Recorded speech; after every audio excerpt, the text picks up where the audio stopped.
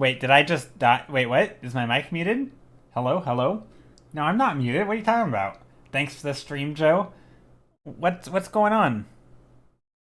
What's happening? Am I getting trolled? We just missed a whole rant while he was muted. I don't know what you're. Oh, I was just canceled momentarily. Okay. Well, that's good to know, I guess. Good to know that I'm no longer canceled. Whew, it was a rough one. This cancel culture is getting out of hand. Okay. Um, can't hate on Lion King on Twitch. Yeah. Do they? They probably own the rights to Lion King. No, Disney does, I'm sure. Never mind.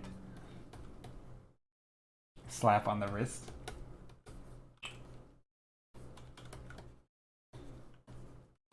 Yeah.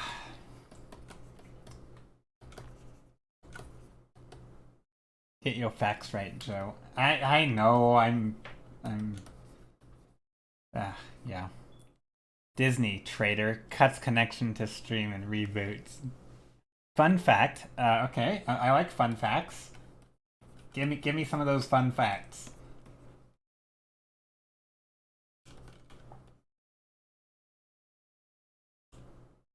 Okay, I'm doing a lot of the samey stuff. Let me change this up.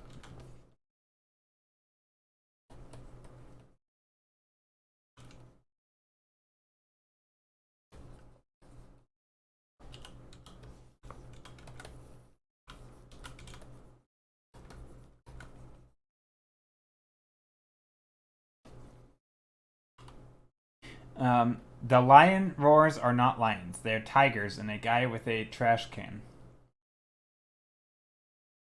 Really? That is a fun fact. I think that's a fun fact. I have a hunch chat's not gonna find that very fun. You're destroying their childhood memories. So, be prepared to get canceled. But I find that a fun fact, so I'm on your side. Eat that text. Countdown is done. Oh yes, that is a fun fact.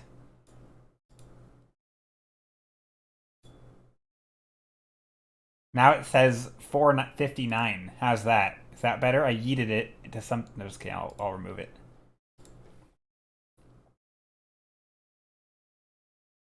Disney ripped off a Japanese anime called Kimba or Kimba.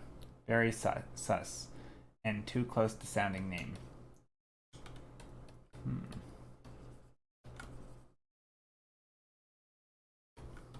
I mean, it's spelled differently, right? But if it's Japanese, it would be called Kimba, right?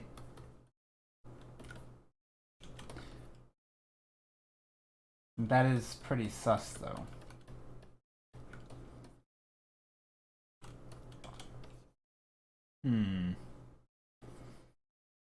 Yeah, it doesn't surprise me. I mean, most of Disney's stories are taken from old, like, fairy tales or old stories and reworked. Like, almost all of them are not totally original concept, right? I mean, even like Frozen is taken from is actually a re-attempt at making a movie called The Snow Queen, which was an old fairy tale. There's, I mean, every single one of them is something. I don't know all of them by name, and I can't even think of that many Disney movies right now because brain is struggling. But yeah, it's not like they are.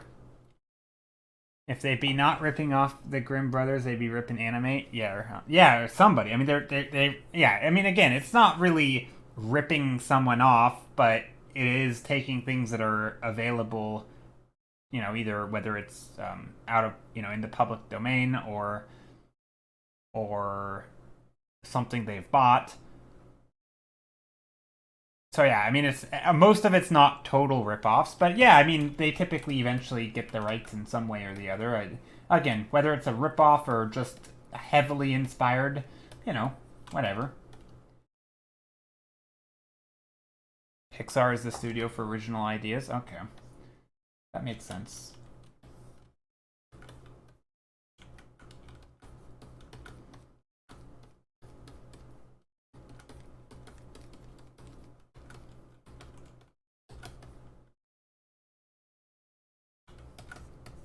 Is that still the case?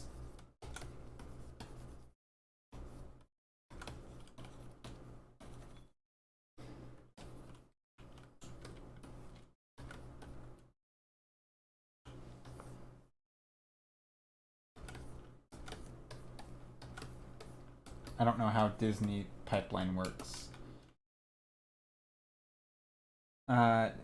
Grimm's ripped off a bunch of local fairy tale. True, yeah. I mean, they were just literally collections of fairy tales. I don't think the Grimm brothers, ever wrote their own. They weren't fairy tale authors. I don't think. I'm pretty sure they're all just collections of old fairy tales from around the world.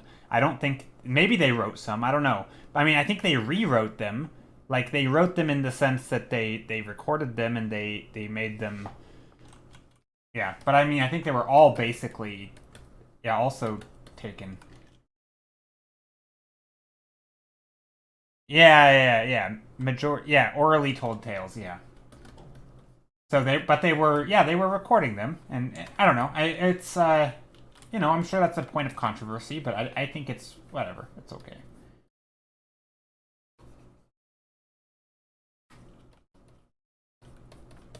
I mean, it's.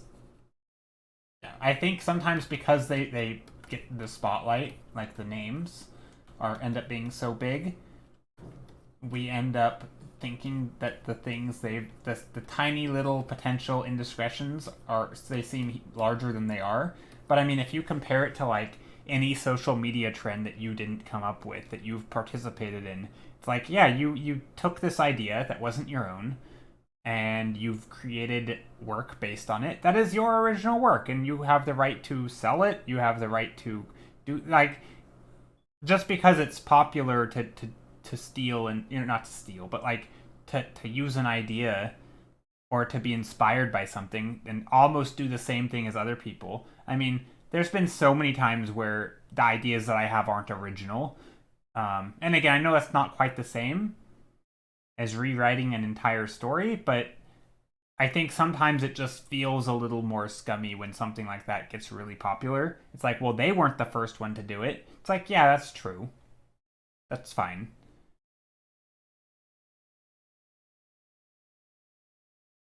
Yeah, there is a difference between making new art based on idea and plagiarism. I don't know enough of the Disney plagiarism stories though, and that's not. I don't think that's quite what we're talking about though. I mean, the story I think of like Aladdin, for example, is pretty depressing, um, which I guess could be argued as plagiarism. I don't know how those work. Have they been like? I feel like plagiarism is a very specific like legal thing, and there's always this weird nuance and murkiness, and I never really know. I know Aladdin had a whole drama, but I don't know. It's not really a topic I want to get onto on stream because I don't know enough about it. And yeah. I mean, heck, even Star Wars though, right? Isn't that the story behind Star Wars is, which I guess is funny enough is also Disney now, not Disney at the time, but I believe Star Wars, they were trying to get the script to, gosh, what's the movie called? They were trying to get the script to some movie, and the author or the person wouldn't yeah something Gordon. What was his name? Flash Gordon, I think is the name, right? Isn't that the created thing? Flash Gordon. I think it's Flash Gordon.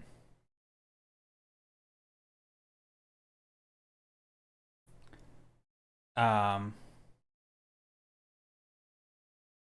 Might be Flash Gordon. I don't know if it's Flash Gordon or not. But that was a movie. No, not Gordon Ramsay. So I think it's Flash Gordon. I could be wrong because I only heard this story. I'm retelling a story that I heard, and I don't even know if I'm getting all the details right. But basically, there was a script for something that they wanted to make a movie of, and the creator said no. And then they said, okay, well, we're gonna write our own thing, and they basically wrote their own thing, but with like parts of other stuff. Like nothing about Star Wars was super original. It was all like a little bit of this, a little bit of that thing. But basically, I think it might have been Flash Gordon. And basically, the only reason it existed is because some person said you can't have my script, so they rewrote the script. And I guess that actually happens all the time, not just in Disney, but just in movies in general, is people want scripts that they've already read, and so they just write their own script, which is totally not legal, by the way. Like, change up some character names here and there, like literally inspired and, overly inspired, right? You're basically saying, I've already read this whole book, and we want to make the movie for that. And there's, like this is, I don't remember the number, but there's a huge amount of lawsuits every year, specifically on this grounds of like somebody recreating a story that they read that they weren't allowed to write. And so they'll recreate the script in their own words, essentially. But the idea, it's IP theft, right? I mean, it's you're taking this idea and you're rewriting it real quick so that you can make a movie. And it's like, oh, look, we own the rights to it because we wrote it. It's not yours, though. Anyways, that happens all the time. And I'm not justifying it. I'm just pointing out the fact that it happens a lot. Yeah, thanks for the wind down after work. Until next time. See ya, Meyer Creative. I'm bad at your name. Anyway. But yeah, I don't quite remember the Star Wars story, but there is a whole story of it, and it's out there on the internet. Somebody should look it up. But because I'm pretty sure that was more or less not original in any way. And it's kind of funny, ironic maybe, that it's now Disney, and we were just talking about all the Disney plagiarizing. But anyway, that's a whole thing. I don't even know, honestly, where I fall on all that. There's a lot of, like, borderline unethical stuff that feels unethical that's totally lawful, but I'm not sure why it's lawful. And it seems to keep on being the law that you can do it. And then there's some stuff that just isn't. I don't know. Like, as long as people are getting properly punished for it, for their indiscretions, and it's not just a matter of rich company being able to get away with theft because they're rich, as long as it's not that, I don't know. It's so murky. There's so many weird, not good things happening when it comes to sort of copyright and stealing people's work, or being inspired by someone's work and not giving credit. It's just stuff like that. I never know. Proper IP pun. No, I mean, I try to stay out of it because if I don't know all the facts, it's like, well, if the law came down, a lot of these times people are getting sued, and then they come out the other side and either settle or do something, and then they end up making this thing. And it's like, yeah, okay, so they had a rocky history, they were punished, and now they got away with it? Like, I don't know. I guess, I don't know.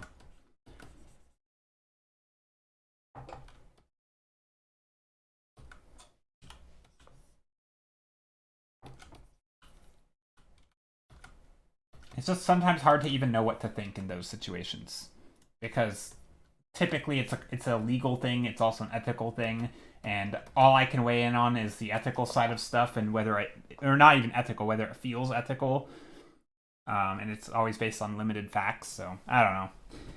I try not to get into that. I think when it comes to big businesses, to me, the interesting discussions are, is what they did technically legal? And if so, should it be? Right? It's not really a matter of,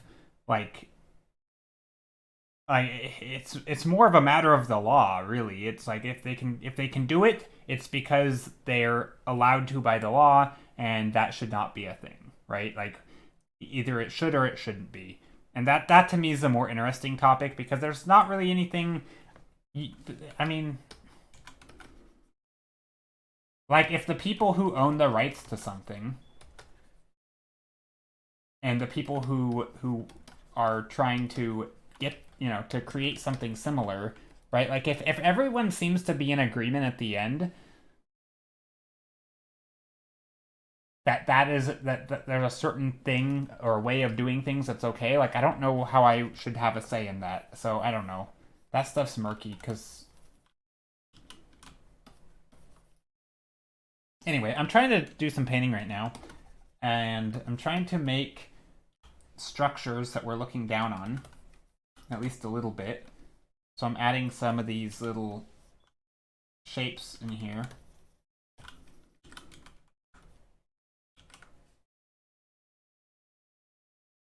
And I want our eyes to be up here, so I do want us to be able to see.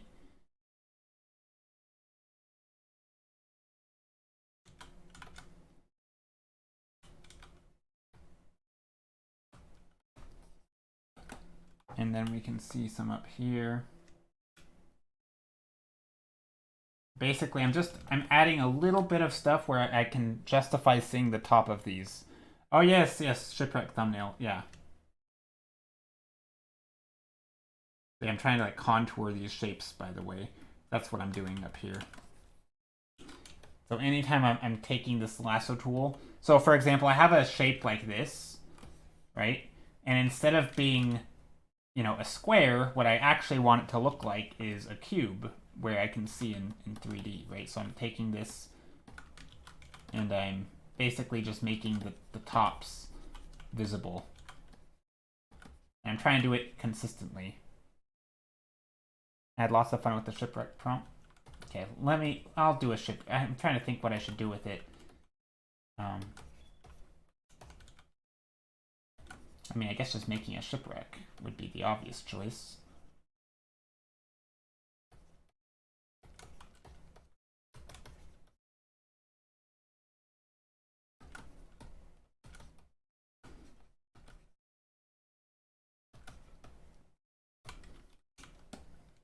Okay, what the heck is this? This feels kind of wonky. Maybe these go all the way down.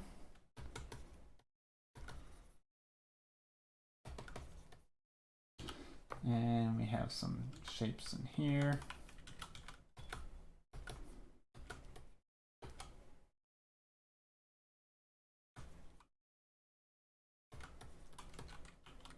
Sort of a canyon-y vibe. I don't know.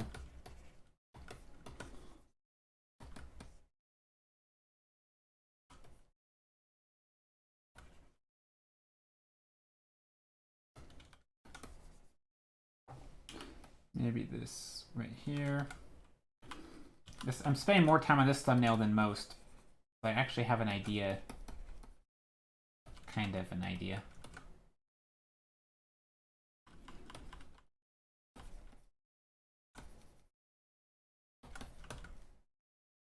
Maybe we get some darker shapes up in the foreground.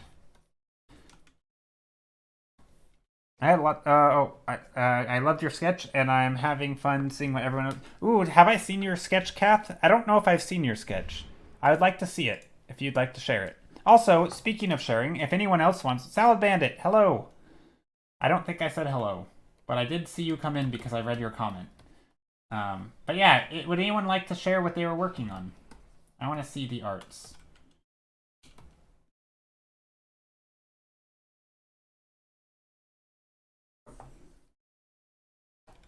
An airbrush.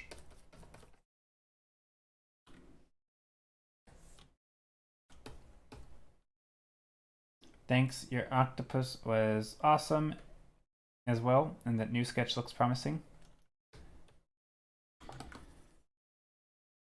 Okay, let's take a color dodge or glow dodge and just start adding in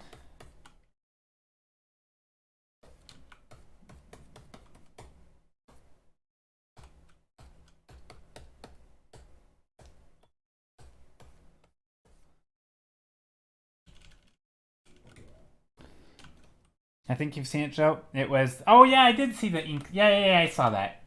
That was the Sunday one, right?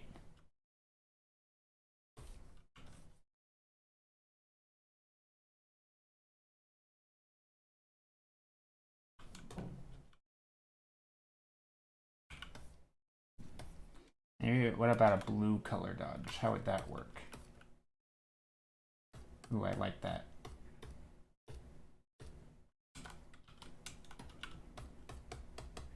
Maybe I like that. What about green or teal? Nope, not as much. What about I'd like to see what Fish has been working on.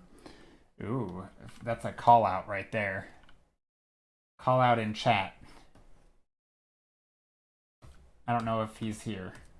I mean, if he is, he doesn't have to respond. Do not feel compelled to respond to call outs when you're lurking.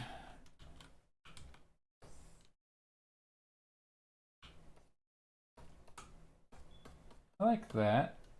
It's a fun canyon vibes, almost like Grand Canyon-y areas, but totally different type of rock and colors. Not well. It can be a little rude to call people out in chat when you're lurkers, but yeah, whatever. I'm not the one doing it. It's not me. I'm innocent.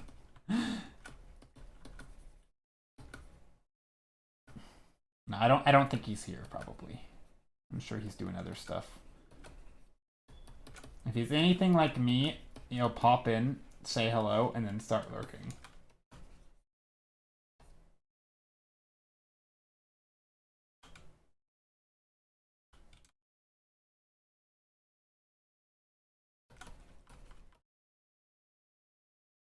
Trying to get these bands. Anyway. I think this is kind of cool. I don't really know what it is. Maybe it's a little house or something. You could put some dwelling.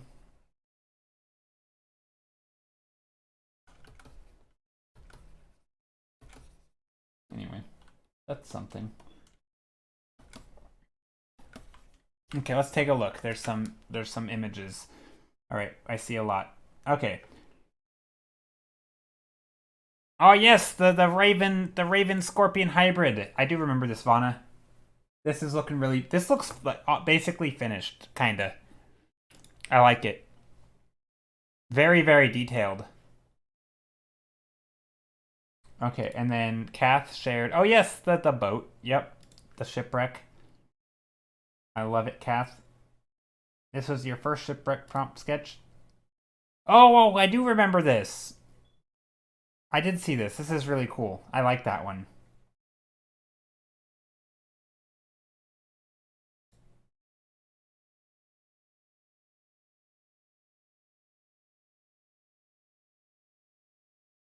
Yeah, I like that, Kath. That looks really good.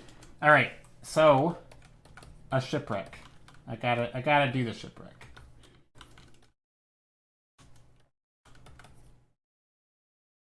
I mean, the obvious choice would be underwater. And if we do a shipwreck, we gotta have the interesting composition. This is basically Kath's painting. Basically just making Kath's painting. Stealing her idea. Same here, let me open it up to really get the reference. Oh, never mind. Mine's from the other side. I'm totally not stealing it. It's rotated. I see how it is. No, it's not.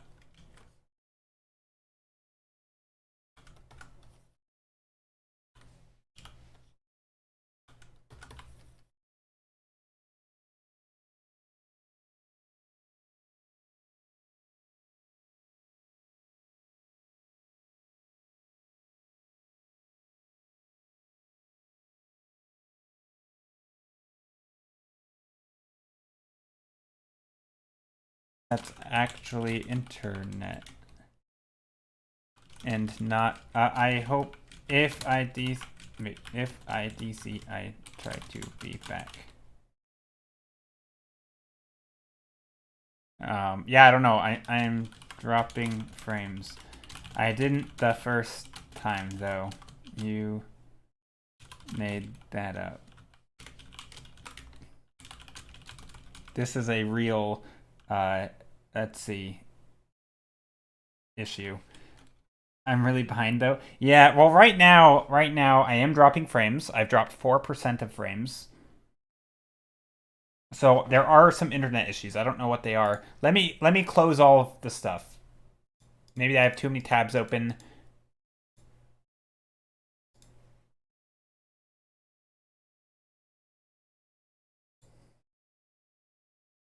I'm gonna close captions. I'm gonna bring up chat. Okay, so maybe this will help.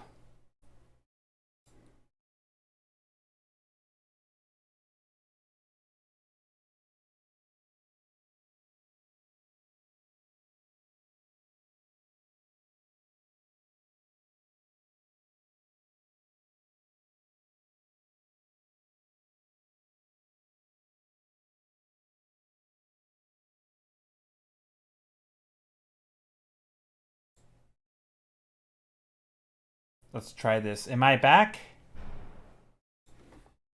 Am I here? Seems to be working. Ish. I hear and see you? Okay. Well, I have the chat up so that I don't know why, but I decided to bring the chat up. We just hear you really late. Testing, testing. Yeah, no, I hear you. Or I see you.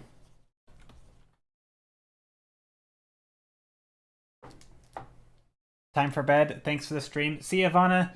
These thumbnails are beautiful so far. Excited to see which one will win. Good night. Yeah, have a good night.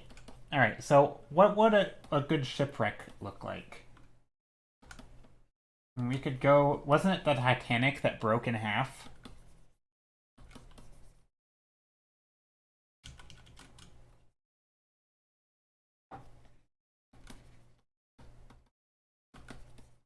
That was the Titanic, right?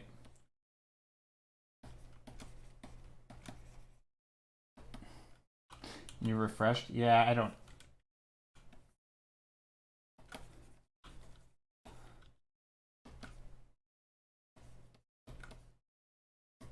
Okay, hi future gang. Oh no, is it really that bad? And I am still dropping frames and I don't know why.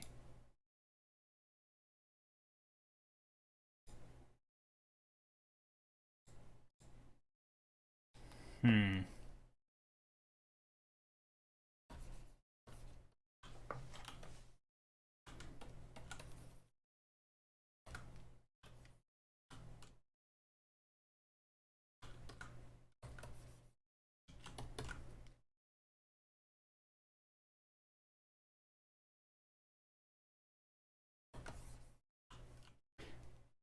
Oh, is this a perspective on a ship?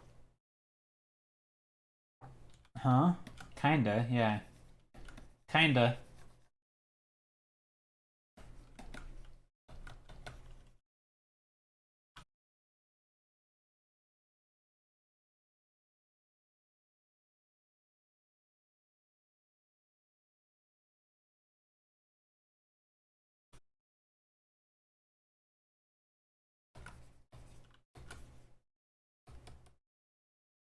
Yeah, that's the perspective so far. But I don't know if I'm gonna keep it.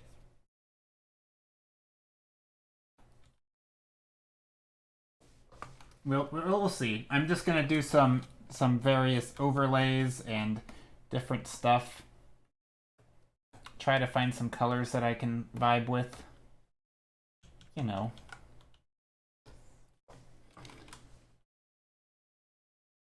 POV or the Flying Dutchman. I still don't understand those POV memes because I mentioned this before, but they're all backwards. I never get it. I never know what it means. Is it trying to like it honestly it goes over my head. I feel like I'm stupid whenever I see those. Like just yeah, I don't get it.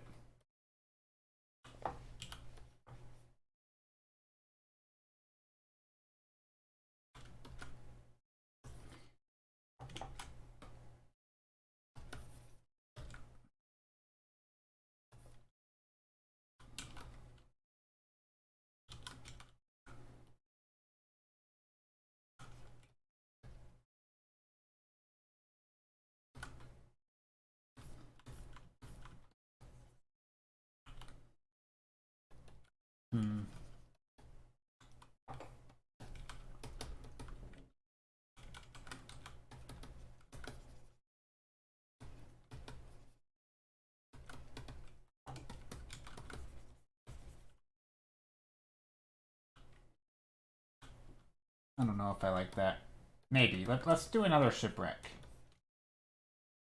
I mean, that's not very exciting, I feel like.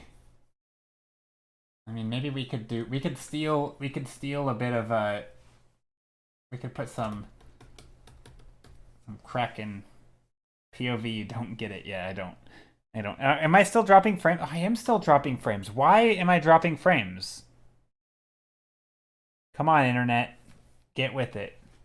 Can we all just tell my internet to get with it? Because I don't know what's going on.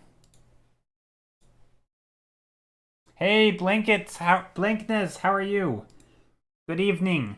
Well, just by the way, I am dropping frames. My internet is wonking out, conking out. I don't know what the word is. My internet is sucky today. So, sorry if I'm stuttering. Hey, Sunny, how are you? Get it together. I know, seriously. I don't know why it's not working. I thought, no, it's mine. I mean, I'm not dropping a lot of frames, but I am dropping some, and I don't know. All right, I'm going to exit Discord. I'm going to close Discord. That's one additional thing that I don't need open. Delay for you. Well, it's not a delay. I'm dropping frames. I've dropped 5,309 frames.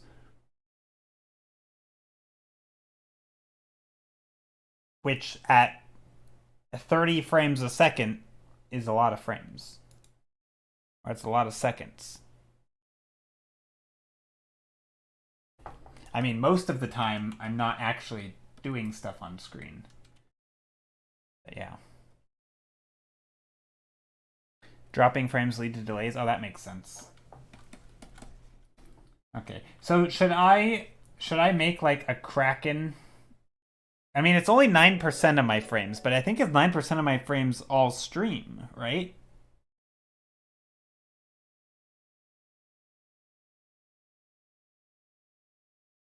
Yeah, that's just bad. I'm sorry. I don't know, I might have to cut stream short today or something. Thank you for the follow. Mew Little, I am one, very thankful that you followed, and two, very surprised that anyone would follow while I'm having such terrible stream performance. Yeah, this is gonna drive me insane. But anyway, so I'm thinking I could make a Kraken with the ship. I feel like, I mean, I know it's done a lot. But, I feel like doing that, the Kraken would only be under there if the ship were already above water. Hello, do you got really good moods there? Oh, thank you. I appreciate it. That's a perfect moment to start a rant and draw less. I mean, what is? I mean, what do you mean a draw less? Ranting when I'm dropping frames? We will follow you to the Discord. Well, I couldn't be streaming a Discord either. I'm being ghetto, have low res, works wonders. Yeah, but when I'm dropping frames, it's not about you, right? I mean, it's sorry, that didn't come out right. It's not about you seeing it clearly if they're literally not making it to you, right? It's not like there's too much going on and you can't see it all because your internet's bad. It's a me issue, right? And no amount of your lowering it is going to make the frames that never made it to you make it to you, right? So if something skips out and my audio cuts out or something and you don't hear what I say, I think that's how it works. Anyway. No, it's not that. Or I hope it's 10.2 now. It's gone up. 10.2% dropped frames. It's pretty bad. It's not ideal. But yeah, if you want to, yeah. So I don't know. Maybe we'll see. I'll just keep painting. Let me just keep painting for a bit. We'll see where we go. Hello, make a ski pass. Hello. I am here. I don't know if you can hear me. But hi. Hope you're doing well. I'm gonna keep trying to paint. Joe, just as comparison. I stream with 45 to 60% for what? Do you really have that high? That's a lot. You should not. You should fix that. No, but people were noticing it when I was starting to drop frames though. That's the problem is that when I drop frames, it's a sign of bad things it's a bad omen, okay? I mean, and I'm not joking in the sense that I don't normally drop frames at all. So when I have frame drops, it's a sign my internet's gonna crap out. So there's something going on with my internet because it's not a stream setting issue because streams, yeah.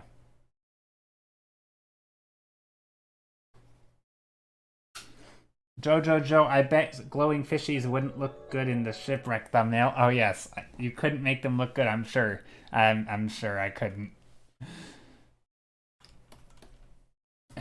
Glowing fishies? Well, these were glowing fishies or something. Little glowy things. Yeah, I know. Okay, let's think. I could do another shipwreck thumbnail. Try to figure it out. But let's just start by adding some grays in here. Because you gotta have grays in your painting if you want it bright and saturated.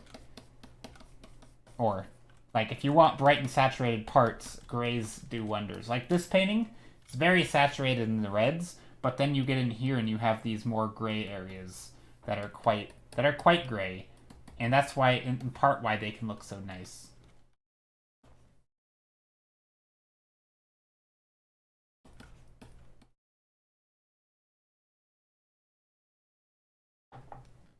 Bruh, I can't fix it. Is my life now? Someone be hogging the internet in the village? Well, yeah, no, I mean, hey, if you can live, that's the thing though. If you just have a constant frame drop, it's probably okay.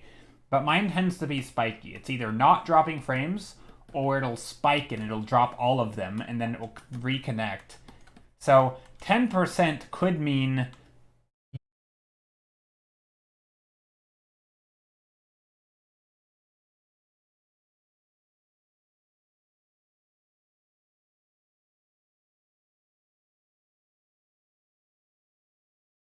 of uptime, right? That would be 10%, right?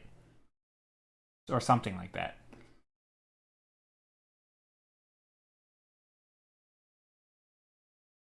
But that's not the same as, 1 out of every 10 frames make it through.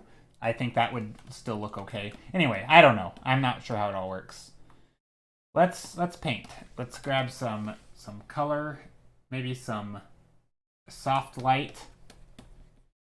I'm just blending, trying to find some colors that look interesting.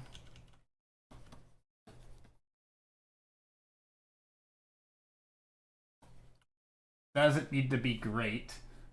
Really just looking for a color palette. I mean, I kind of like these colors. Ooh, okay, that's bright. But also doable. Hold on. I'm going to make it this bright. But, well, I'm going to get rid of the white in here.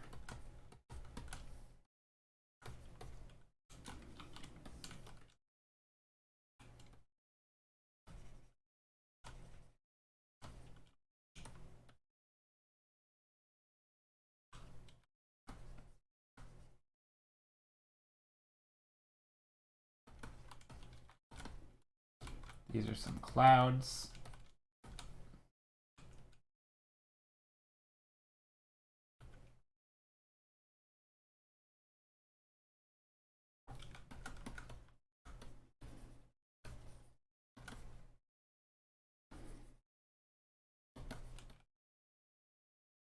Whoa, okay. So now we have our clouds here, and we have a sky, which has a bit of blue in it. I like it. This yellow is a bit okay, but I think this is a very similar setup to this painting, but maybe we do... I mean, we could do like a giant tower. Whoa, bright. It is bright. It is very bright. And very backlit. We can even bring in some blue in here.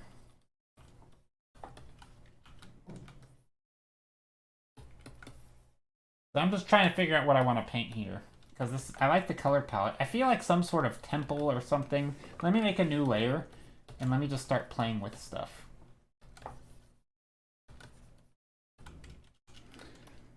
I'm not going to click links right now because opening up my browser doesn't do good things for my internet, unfortunately. I think that might have been part of... Sometimes my internet will... I know in the past, when my internet's slow, opening up browsers is not good for it. So I'm going to hold off on that for a moment. Sorry, Bass. As much as I like to see people's art, I am going to avoid clicking links for now. I seem to have stabilized. I don't think I'm dropping any frames now. And yeah, Jay, it is bright. I think it would be fun to do... Let's see. So we have our eye line... Oh, let me see. Let me move this.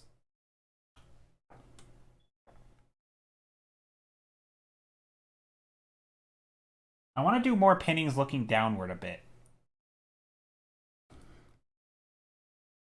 So I do want to bring up the whole... Oops, that's not the whole thing. Excuse me. And I do like the idea...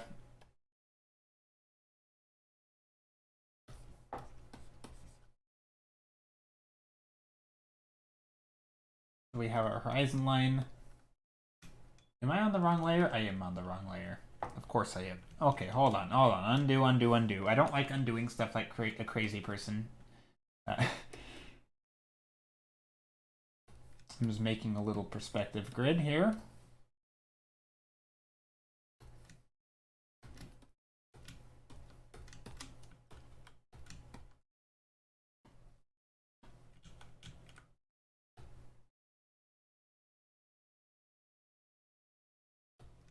I'm putting a gap up in this middle area. I don't know why, just because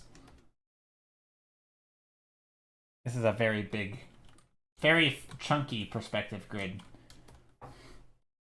that I'm going to lower the opacity on. I don't even know if it's going to help me, but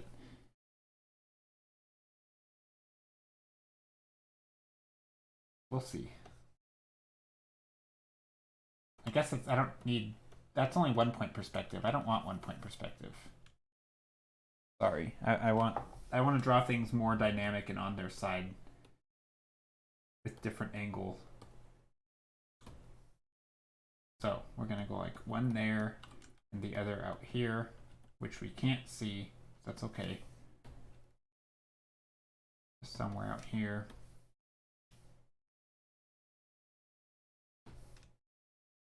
There we go.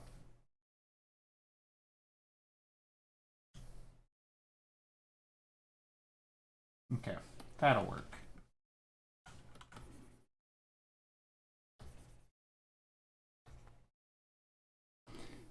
And then our focal point would be here. Just sketching in some shapes. Just some squares. Anything to just basically start tricking my brain into seeing in perspective. That's the most... For me, that's the most important part. Is that my brain needs to comprehend what the heck is going on. And until it does... So that's just why sometimes just drawing lines in here is good.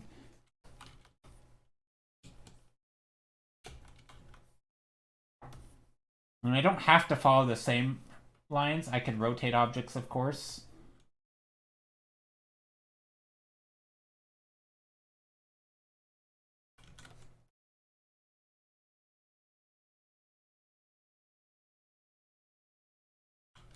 There we go. So now I feel like I'm comfortable enough to just start blocking in some of these shapes, some of these colors. And I'm gonna lose a little bit of that perspective, but that's okay. I didn't have like a clear idea.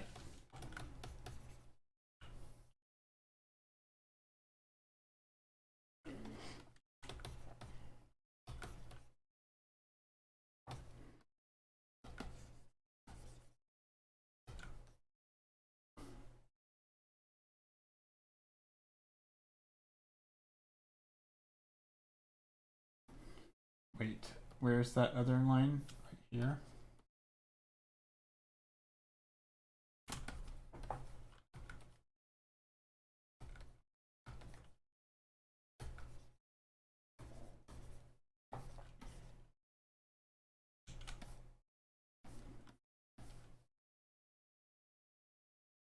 I don't know, I'm not sure what I'm doing here. That's okay though. A lot of times I don't know what I'm doing.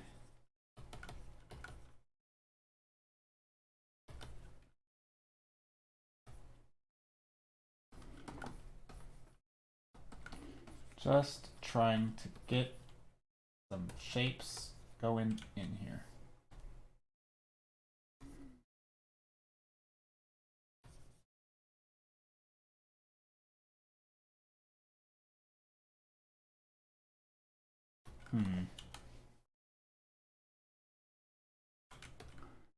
Just trying to draw some shapes. Trying to get, again, still trying to get my brain to understand what's going on. I'm not very great at drawing things looking downward at them, which I'm kind of not looking downward, right? Because, let's see, did I...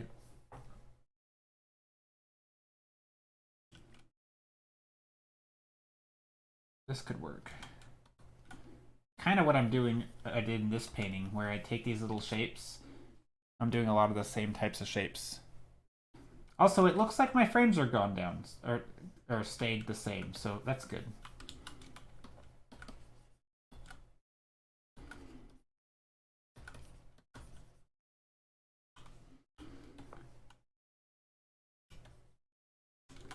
What if I do these lines? And maybe there's some shapes up here.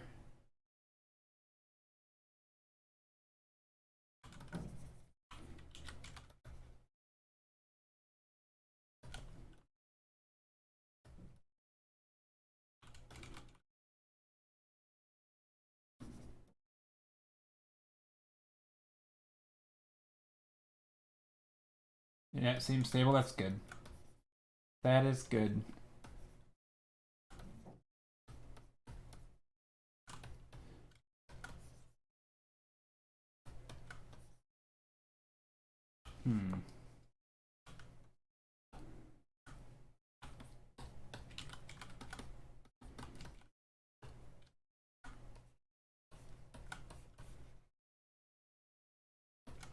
Are you currently working in art? Not currently. Nope. I mean, like commissions occasionally, and then I stream, which is kind of an income. But no, I'm not. Unfortunately, I mean, maybe not. Unfortunately, I don't know. It's sort of a weird situation for me because I will be eventually. It's just a matter of time. But I'm also haven't been super diligent about looking for work in art. So there's sort of a like the jobs that I've had in art have basically were, just like freelance jobs that literally fall in my lap. Other than that, not a whole lot. So the real answer is no, but I think oftentimes when people say that, it's like, oh, not yet, or like a no as in like, oh, I really, really would like to one day. And I am in that group, but also in the group that I'm only kind of in this situation because of myself. So I don't know. It's like I only have myself to blame, but it's not really a blame situation because it's kind of by choice. I don't know. Like I enjoy the time and the freedom that I have to work on art without feeling like I'm exhausted and never get to do my own stuff. So I do enjoy that element to it. Okay, also this is I don't like doing this, but I'm gonna add in some just black shapes. I don't know. I always feel like when people ask me that, I have to like justify why I'm not, because it is kind of my choice at the moment. As opposed to like me really trying to get an art job and I'm not able to. Like, I think that is a different situation. At least I feel like it is. I don't know.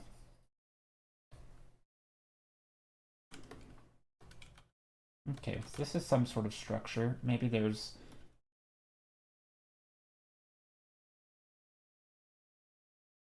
something like this. Maybe we'll just add a big roof on this. Sort of looking a little Japanese or something. Thank you for the follow. Dodo Ladax. Dodo Ladax, how are you? I was just curious because I'm also in Washington State and I was trying to feel out... Yeah, I couldn't tell you because I haven't been looking. So I couldn't tell you how... Yeah, I mean, I would probably be looking for a job remotely anyway. I don't think I care too much about where the job is. Like, I don't know. As far as, like, in-house jobs go, yeah, that's not really something that I care too much about. I've destroyed my perspective. What did I do? What did I do? Lack of perspective is more like it. Okay, so I don't know what I'm doing in this painting, but that's okay. That's pretty standard. Didn't really have an idea going in, so, you know. I'm fine, thank you. Ah, glad to hear it. But yeah, how are you, IOF Bastion? Nah, you don't need to justify you defend yourself or anything. It's perfectly fine to do. Wait, to want to do art. I know, but so I kind of got the impression that there is like sometimes people figuring out like, oh, you're not working in art right now. Oh, like, how is that so? Or like, or you know, why not? Like, it's not a reflection on the art market or my ability to get a job because I haven't really been trying, right? So that's kind of. That's sort of one of the reasons why I want to justify it, is because it's not really, it's not reflective of those things at all. So I feel like it does need to be said, right? Because otherwise people might get the wrong impression. And I think when you're breaking a stereotype, right? Someone who does art all the time and is constantly talking about trying to get better and stuff, and then you follow it up with saying, but I'm not really looking for jobs. Right? There's a little bit of, I feel like, something going on there. Okay, I don't know why I'm doing it. Let's just focus on the silhouette of this first. I don't know what I'm doing with this painting. Let's skip it. Let's go on to something else. I don't know. Does anyone... So no one else feels like that? Am I just weird that I feel this way about wanting to justify my situation? Is that... I don't know. I feel like that's... It needs to be done. Anyway, let's do some painting. I agree with this. There's too much commodification of talent. What do you mean I don't know what that word means.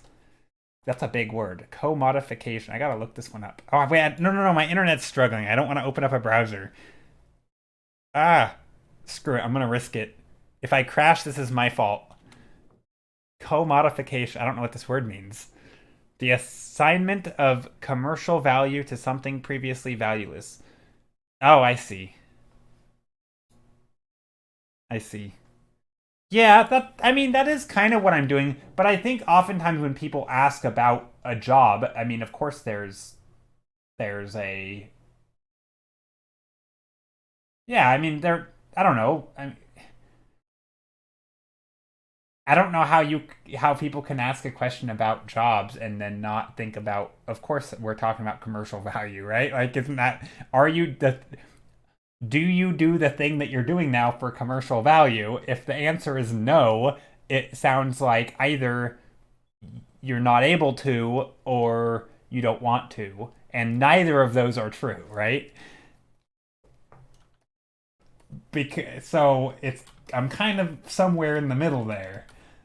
So I don't know. I think it's an important thing to say, but I get the idea. You shouldn't, you know. Anyway, Let's bring in some of this gray color. I think that gray color's nice. Anyway, painting. Yeah, I think it's important to say because I think it casts a. I mean, whether we like it or not, people make assumptions about stuff, right? Like that's just a fact of life, pretty much. It isn't? What isn't? It is. What's not important? Wait, what? Now I'm confused. I don't know what we're talking about. I'm lost. I just went. I just mean that because you have a talent in something, you shouldn't feel like you have to get a job in it, and it should be able to do it for enjoyment. Oh, I totally agree, but I also want to do this for money, right? Like I do want to get a job doing this, but it's not like I'm not really spending time at the moment to look for a job. So, like I say, the only jobs I've had are things that have literally fallen in my lap. So yeah, you're not going to be able to suss out the art market based on whether or not someone like me can get a job, right? Anyway, let's do a painting with some different style of composition. Really, really low horizon line.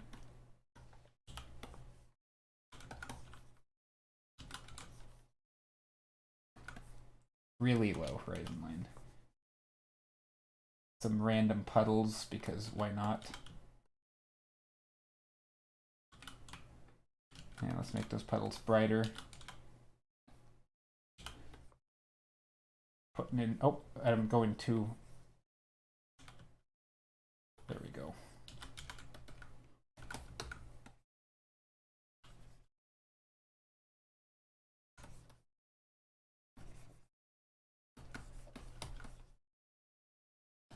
Okay, so this is going to be the underside of something. Oh, you know what? I have an idea. I'm going to make some glowy blue crystal stuff, except it's going to be off the screen, I think. So what if I... Oh, hold on. I have an idea. I don't know if this is a good idea, but it's an idea. Let's go like this.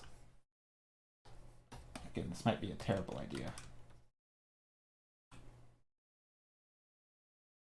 So it's, okay, let's see. I was rendering lava and couldn't say right away, but I think communicating the ins and outs of therefore also the lack of knowledge of getting an art job, or not even lack of knowledge.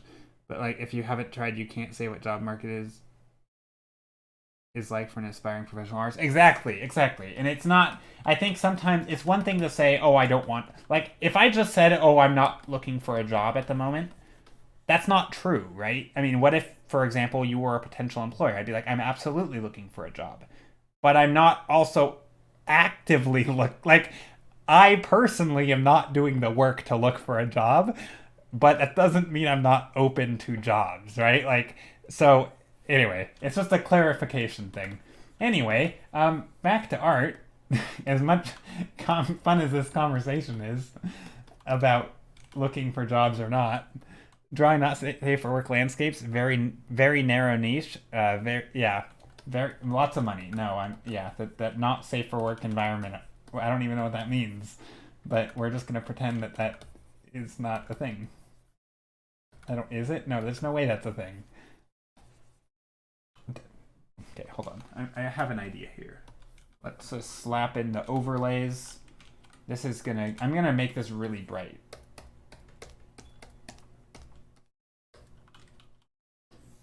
No, we're gonna get rid of this actually. That big shape. I think it's okay to have some stuff in front of the screen. I don't know if this is the way though.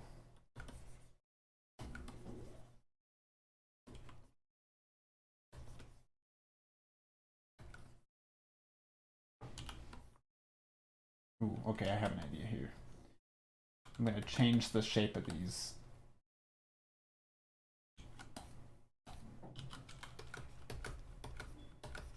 So these are some giant crystals. We're looking underneath them.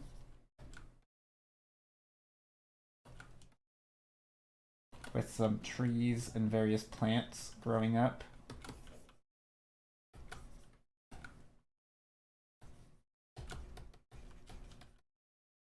I don't know if I want something behind it. Maybe some more of that dark, maybe some dark green. I want them to stand out. This will be a fun experiment to draw a lot of crystal looking shapes.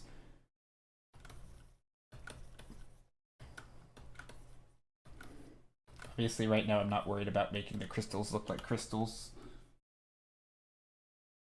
Just trying to sketch in something that could closely resemble crystals.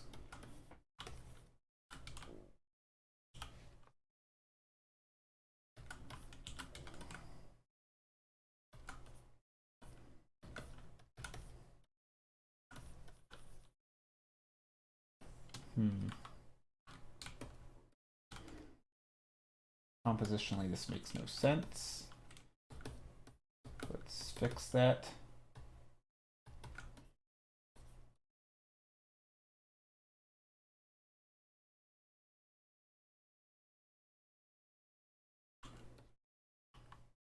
I want them to be bright.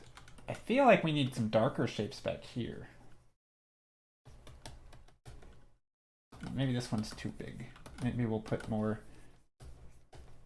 I do like the idea of like a crystal forest of some sort, but having these giant blue crystals.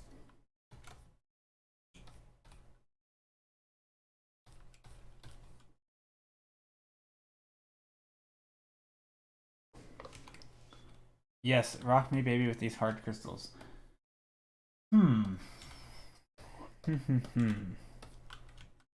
Maybe just some color dodge. Anything, just trying to establish the color palette. Ooh, what if we did like a green bluish glow?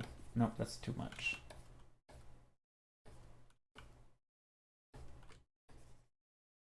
Do we want a strong light source? Or do I want warm lighting in here? That's a good question. Okay, I do feel like this could be cool, where we have like a strong yellowish green yellow light from above.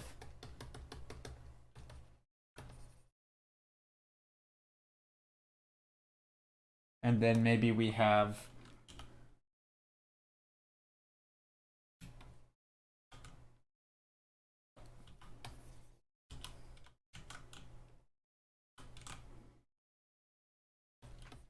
light down here. We need some darker colors. Maybe some darker blues.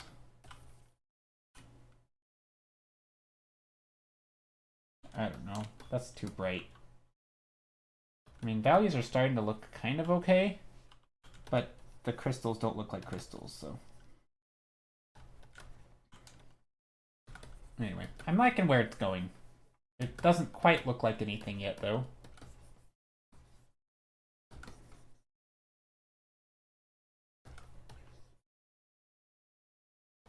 Doesn't look like anything yet.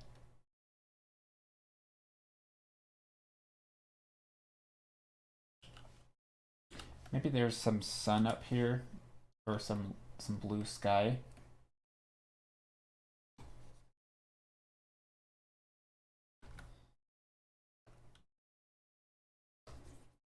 It's probably too blue.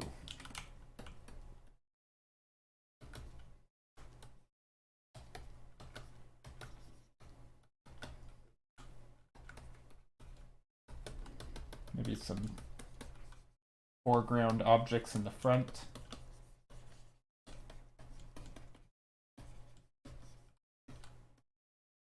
I mean, that's kind of cool. I think I like that. Hey, Kitsune, how are you?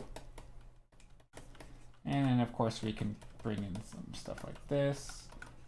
I feel like we shouldn't have these bright areas on the ground unless there's water.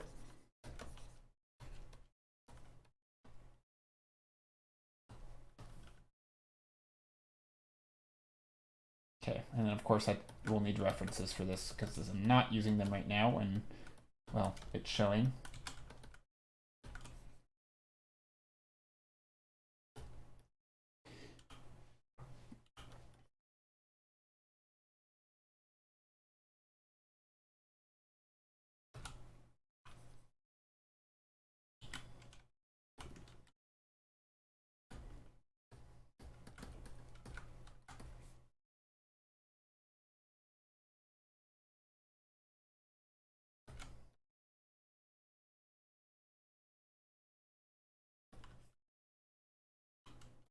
Hello. Yeah, hello. How are you?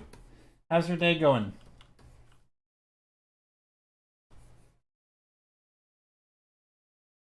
Okay, I'm pretty happy with this, I think. Let's see.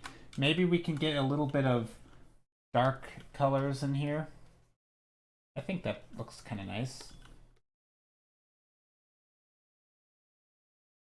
Although I feel like the dark colors shouldn't necessarily just be on the bottom.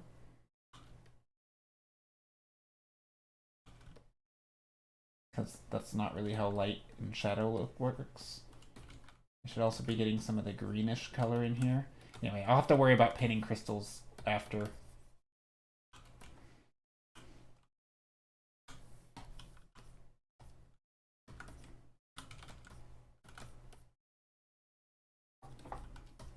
Okay, so that's the thing. Okay. Yeah, I'm happy with these, I think.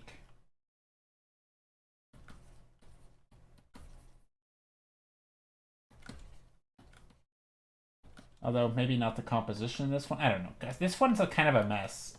But anyway, it's fun. Okay. You're all right. Been sleepy most of the all day mostly. Oh no, that's not good.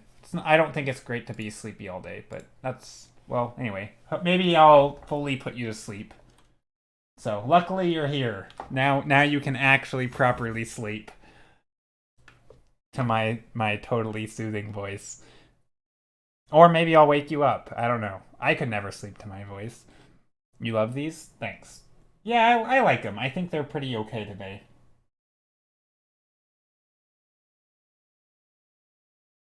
Basilisk says, I got a coffee that kind of tastes like those Biscoff cookies you get on airplanes.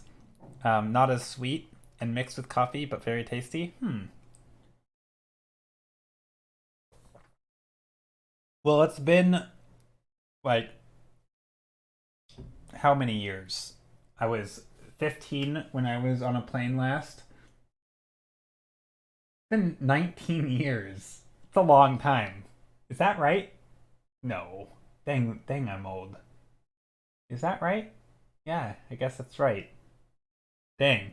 It's been 19 years since I've been on an airplane. Holy crap. So yeah, I'm gonna be on an airplane in less than 2 weeks. So maybe I'll be able to taste some of those Biscoff cookies that you speak of. Speaking of which, stream will be canceled sometime in February. Not all of February, but some of February. I do want to point that out because there's gonna be somebody who just forgets that I'm gone and then will just think that I just vanished. But yeah, so don't worry or something if I just don't show up to stream one day. It's yeah. I'm gonna have a couple weeks off or a week and a half. Okay, time to do art. Or I mean sorry, time to vote. And then we're gonna pick one of these and work on them. So I'm going to move number 9 up to the number 3 slot.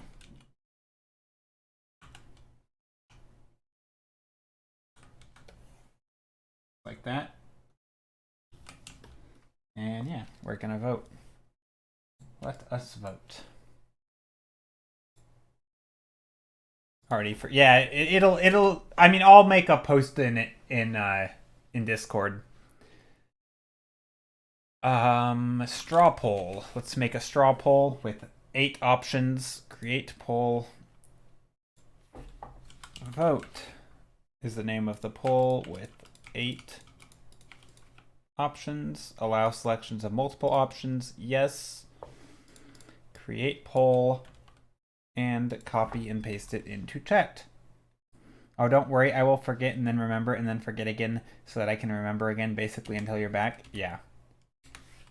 I should have probably cleaned this stuff up. Hold on. Technically, I'm not ready.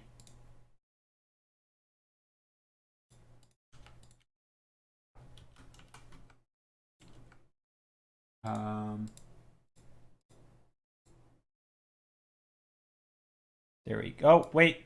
I gotta move that. There we go. All right. Vote for whichever thumbnails you want me to work on. Yes, we are voting. The link is in chat. It is right there. You can vote on it. All you have to do is click the link and then cast your vote. I think it's working. Today is a quick one. What do you mean today is a quick one? Quick in terms of like voting early? I mean, kinda. We used to always vote at the 2 hour mark, and then I've been pushing it because I'm getting slower? Maybe? I don't know. Or I've been more chatty or something. Riley Stark, how are you? Thank you for the follow. Hope you're doing well today. You've come in just in the at the time that we are voting, or maybe you were already here. I don't know. And then we're gonna pick one. And if for example, if we pick one like number 6, I'll probably end up changing up it quite a bit, but I'll keep the concept. Same with 7. Most of these are all subject to change. Only 1 hour has gone by. No, I've definitely been live for 2 hours and 17 minutes. I start the same time every single day that I start stream, which is 11 a.m. my time. Right now it is 1:14 p.m. my time. I may have disconnected and the stream may have said it's only been live for an hour, but I promise you I have not been live for only an hour. I've been live for 2 hours. But yeah, I did have some internet issues. But I do always stream same time. I have never been late or early. If I say I'm streaming at a time, I stream at a time. So yeah. So now you know when I go live, if you ever want to be here early or something. All right, thumbnail. I think I'm gonna vote for number 6. I something about it, and maybe number 7 or 8, or I guess 5 was kind of a letdown. I don't know what happened with number 5.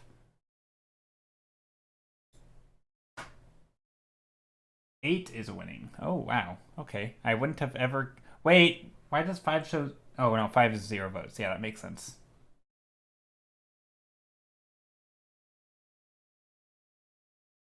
3 has 0 votes, too. Interesting. Okay, well, it looks like 8's winning. Alright, well, 8 and 2. I like 2. 2 is solid, I suppose. That probably explains. Yeah, it's probably just because my internet was being wonky. But yeah, how's everyone doing today? Hope you're all having a good Thursday. I keep forgetting today's Thursday. It feels like a weekend for some reason. I mean, it kind of is for me. I like 2, 6, and 8. Yeah. 6 is a little weird, but that's kind of why I wanted to work on it. 2 is nice. I feel like it's a realistic type environment. 8 also could be kind of realistic, but I'll probably turn it into something a little weird. Same here. Feels like a Saturday. Yeah, it does feel like a Saturday. I don't know why. Which is weird because I work on Saturday and I didn't work today. So, I don't know. Sometimes that's just how it is. Also, I need to save this. Oh wait, I have a lot of paintings open. Let's close some of these. We'll keep that one open. There we go. Stiller, let me know if you want to put your ship sketch in the event thread. I'm just happy you participated. Well, I mean, I kind of didn't participate. I mean, I was... Yeah, it didn't... I don't know. I mean, you can, but it's not much of a ship sketch. I mean, I guess it is a sketch. It's nothing more than a sketch, unfortunately. You were drawing birds earlier, and I need to draw 3 more birds, but I'm not 100% sure which ones. Have you drawn a goose? Goose or geese? A goose. A goose or some geese? If you haven't drawn a goose, you gotta draw a goose. Let's see. What other types? A duck? You can tell my bird knowledge is vast. An eagle? A blue jay? No. I don't know. I wonder how many birds I could name. I feel like I could probably name quite a few. Even though I'm kind of joking and make it sound like I'm a total idiot when it comes to birds. But I feel like I could name quite a few. But I don't know what they are. Like, I couldn't identify the birds I name. I just know of bird names. Like an Osprey? Osprey? Is that the word? I don't know what that is, but I know it's a bird. This is how I am with a lot of things. Like, yeah, that's a word. I don't know what it is. Um, but yeah, here core 999. Thanks for the follow. All right, surely we're done voting. What one's the one? All right, number 8 has won the vote. We're gonna go with that.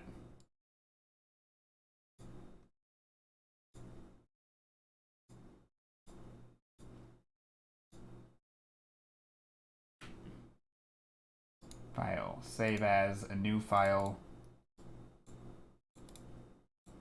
355 days of thumbnailing and taking a thumbnail and turning and refining it. That is a lot. That's 355 daily paintings. Just saying. You should be impressed. Just kidding. I'm impressed with myself. You don't need to be impressed, but I am.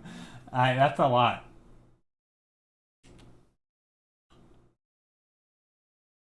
And then I'm going to make that into this, and then I'm going to work on it. There we go. That was the one that won, right? Yeah, number 8. There we go. Perfect. All right, thank you all for participating in the voting. I am impressed. I mean, you don't need to be, but I am. I mean, not to like pat myself on the back or anything, and I realize these are just stream paintings, and they're not. It's not the same as, you know, me being off on my own and painting, and you know, the quality certainly isn't the same, but that's okay. But I appreciate it. I appreciate you being impressed on my behalf.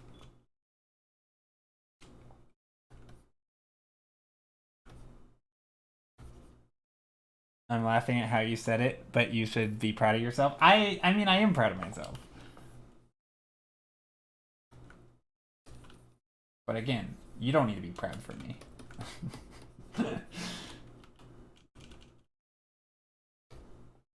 All right. Let's solve this problem. I can draw a duck. Nice. Ducks are good. Okay. So, what do I want to paint here? I feel like this is...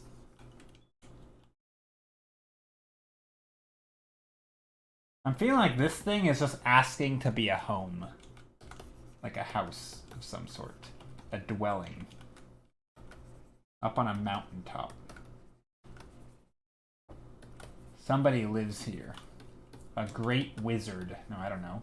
I'm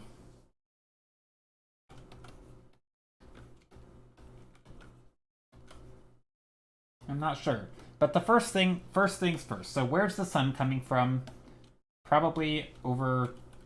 Oh gosh, I don't know. Over here. Because it's the lightest part in the sky. Right? It also looks like maybe it's shining this way. So let's come in here.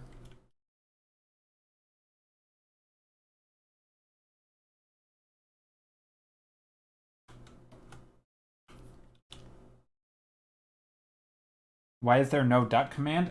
I don't know. Why would there be a duck command? We never once have talked about ducks on stream.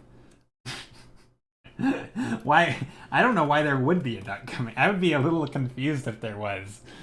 I live there. You live there. Okay. Yeah, I don't think we've ever talked about ducks, Ellie friend. Have we? I mean, when Jake... Well, I guess when Jake comes in, he'll mention ducks, because ducks are his thing.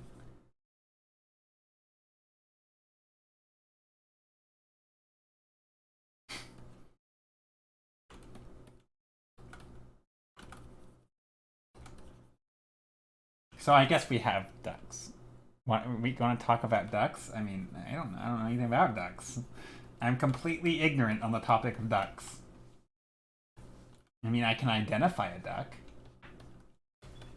But I couldn't tell you one interesting thing about them. Like, no, I don't know any duck facts. Do you guys know duck facts?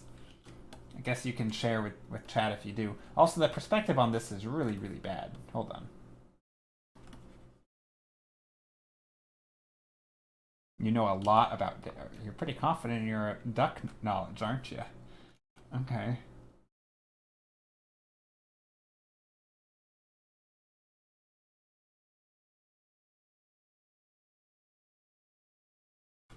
You sound pretty confident. I'm going to trust that you do.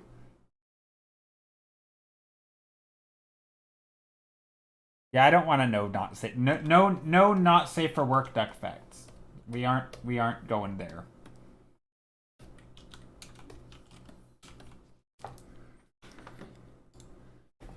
We don't want to know that stuff. And if you do, you can Google it. I'm sure there's plenty out there.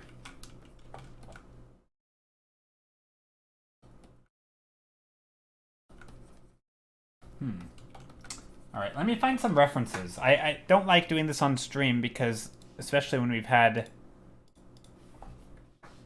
I'm just going to Google the Grand Canyon.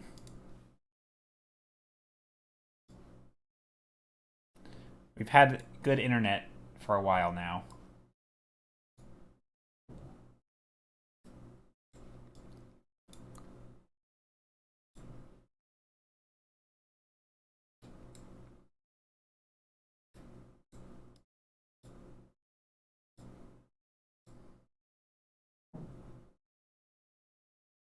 You guys know how, like, sometimes in nature there's stuff that exists that doesn't look real, like it looks alien, or it looks so unbelievable that if you were to paint it, people would be like, that doesn't look believable.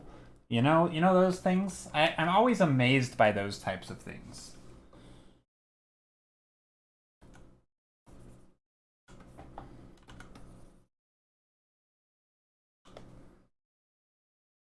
Ducks will lay more eggs when there is more sunlight. Ducks have accents based on where they were hatched and raised. Oh, interesting. Baby ducks get to know each other before they even hatch. They can communicate at a frequency we can't hear. Huh. Yeah, I feel like I've been educated. I don't know. See, these are all, some of these sound so unbelievable, I would never in my life repeat them unless I knew the source. No offense, but I am not a fan of repeating things I hear on the internet from people in Twitch chat because I never know if they're actually true. Like, I might walk around with that little bit of duck fact in my head, and if I ever came across a situation, is somebody like, did you know that? I'm like, yeah, I've heard that, you know? But I wouldn't ever be the one to tell someone that, you know? Do you guys ever do that? Like, I don't want to be the one spreading the duck misinformation. No, I don't need a source. I don't need a source because it's not that important. Right? I'm not going to make a life decision on this info. If I am, then I will go and look it up myself. There's a lot of things where I can trust them, or I can trust you. So in that sense, I believe them, but I don't know it strongly enough to go and tell other people. Does that make sense?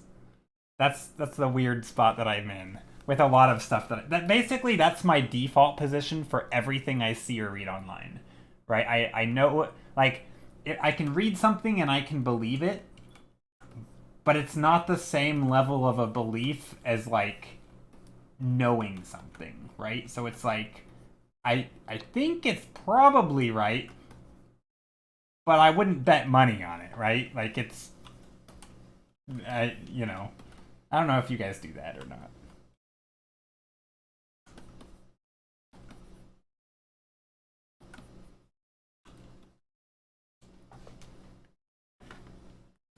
Well, all my animal facts come from documentaries, scientific studies, articles, and biology books. Yeah, no, I believe you. Again, I'm sure you're confident enough to share it, which again, that, you know, I would hope that you are, right? Just like I would be pretty, I like to be confident when I share stuff. So you know, no, good for you. Yeah. Like, if I were in your position, I also would be pretty sure of it in order for me to share it, right? Like, that would be the reason I would share it.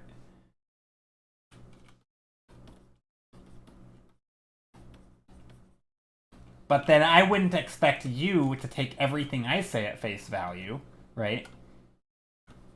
Also, let's be real, duck facts are pretty insignificant compared to most things. Like they're important for ducks and if people who study and interact with ducks, but like for me, it's not that important. But I appreciate the facts. I think they're fun. I'm just trying to advocate for people to have good internet, not hygiene, but information sort of, how you pass on information. I think it's important. Especially with things that don't sound real, right? And again, this is probably, like, some of those don't sound real, but I'm sure they are.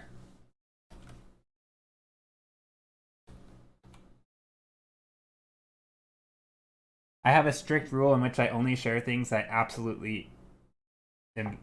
am absolutely unsure. Wait. Cadavel, are you saying you only share stuff that you really don't know about? Unsure? Did you say that right? So what you're saying is almost all the stuff you spread could very well be misinformation. See, I'm okay with that because as long as everyone else but if everyone else follows the thing that we do, then we can avoid people like you. I mean, I'm never absolutely sure of anything, really, but there is a, I don't know. I think I'm pretty confident in my filtering system, although sometimes I'm just lazy. I mean, I'll admit, I feel like I have a fairly good BS detector. And so if something sounds too good to be true, I'll do extra sort of due diligence. Some stuff, if I kind of already knew it, like, oh, I'm pretty sure that was true ahead of time, and maybe something else I hear confirms it, I'm like, oh, that kind of makes sense. But those things I need better sources for to, like, I don't know, it just depends. Like, I start off pretty skeptical, but not skeptical in like it's just more like not confident enough to share it. I don't know. Am I hating on ducks? No. We're just talking about sharing stuff we read online, basically. That's what I'm talking about.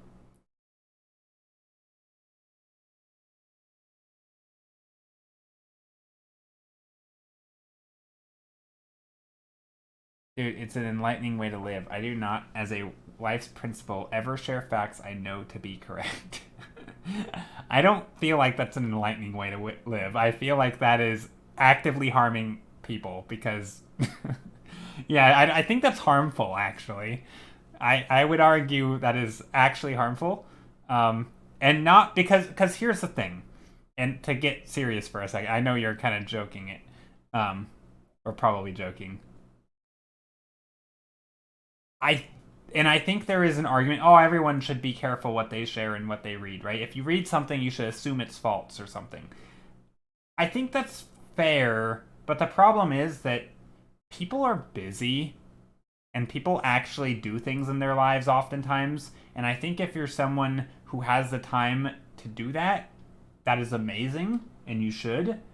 But also, a lot of people will read something and they just don't think it, they just don't give it a second thought. And it's not that they actively believe it, but then it compounds and they hear the same things over and over, and pretty soon they start believing it without even knowing where they learned it. Anyway. But yeah. Okay, changing topic briefly. Ellie Friend said, off topic. Have any of your friends tried to pull you into a pyramid multi-level marketing scheme, and did you be it? Oh, immediately. Yeah, so I have had that happen. And it always goes off.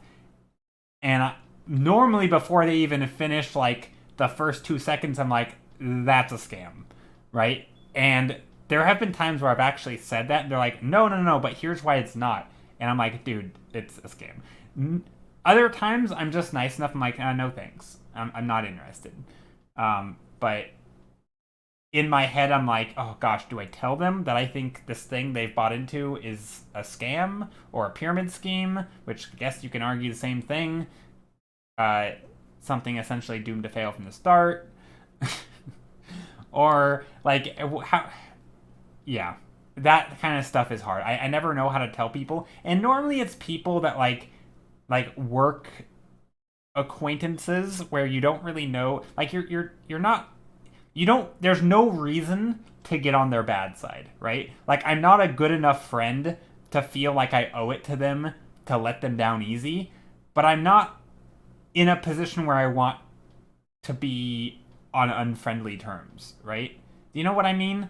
Like, if it were a close friend, I'd be like, look, I care about you.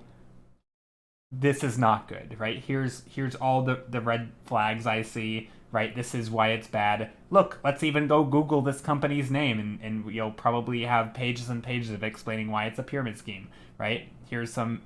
Anyway, like, there's probably lots of info on it. But I wouldn't do that to, like, a, random person who works at the same job I do, who we, say hello to each other in the mornings. Like, I might just be like, sounds a little fishy, but no thanks. Right? I might say some things in a way that lets them know that I am suspect of it, but I'm not going to get into detail unless they ask. That's typically...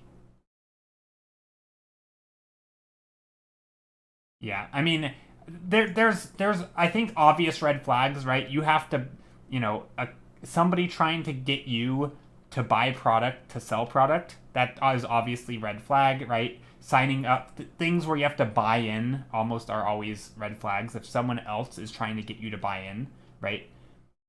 There's like, people aren't, when it comes to business, it's not like anytime, again, if someone ever sells you on getting rich quick, or it's so easy, right? No, it's probably not, right? If it's too good to be true, it probably is. It's probably too good to be true. It's probably not likely to be true, right? So yeah, no, those things, I've never bought into those. I think my mom at one point did Avon, which is, I think, one of the originals. Wasn't that essentially the same thing? I think that was. I was young, but I think she did that for a while. So that was essentially one of those. What else did she do? No, I think that's it.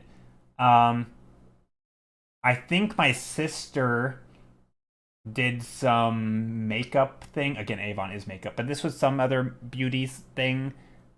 I think essentially you buy a bunch of product and try to sell it, and in buying it they might even give you free samples, but you still end up buying it, so you end up spending a bunch of money anyway. Anyway, it's kind of this whole thing.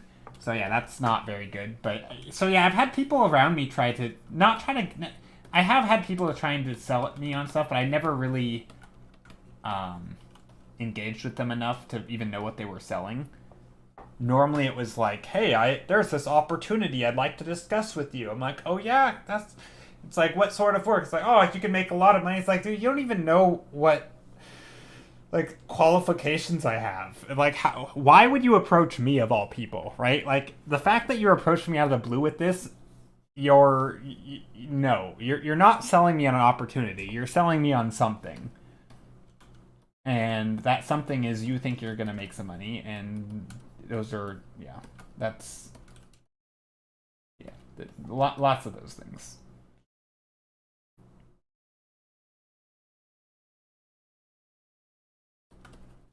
But yeah, normally I my spidey sense goes up long before I even know what it is they're selling. Also with scams, I realize with scams it is, I think I told this story on stream, right? With scams, it's always like, it's not the same as if you're being the person who's falling for it, and if you're an outsider, it's always easier to sniff it out if you're an outsider, right? It's oftentimes why scams will tell, oh, don't tell anyone, right? Because they know that if you tell someone, they're going to look at you like you're an idiot because you've already bought their BS. So that's really common, where if you're in it, it's like you have blinders up. You just don't realize how ridiculous it sounds. And oftentimes, they overload you with a problem and make you feel like you have to help correct it, right? And it's like, oh, well, I need to solve the problem. But to other people, it'd be like, well, first of all, it's not your responsibility. Second, there's 10 other ways you could solve it that are way easier, right? But you're not thinking like that because you're in it. You think that you need to solve this, or you think someone important has asked you to do something, and you feel like, oh, it's my responsibility. Now is my moment. I got to step up. And because they're guiding you along, you're just going with it. Anyway, so I have a story from work where, gosh, I don't know. Well, actually, there's two of them.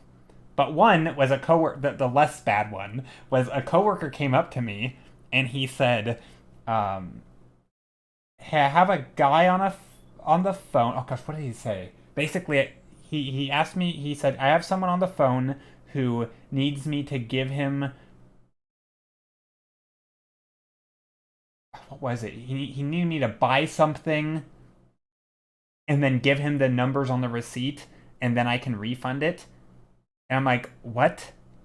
I'm like, why would you need to do that? He's like, yeah, it's for like a corporate thing. I'm like, what? No, that doesn't make any sense. Like, what are they trying to do? And he's like, just make sure that the registers are working.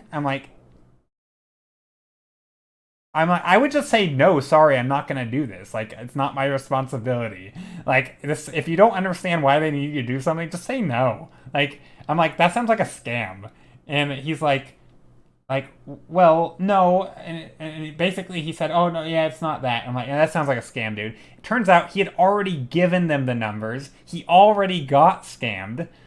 I don't know why they were still on the line with him. But yeah, anyway, he already got scammed. And it was only, I don't know how much. And I don't know what the consequences of it were. I mean, nothing on his end.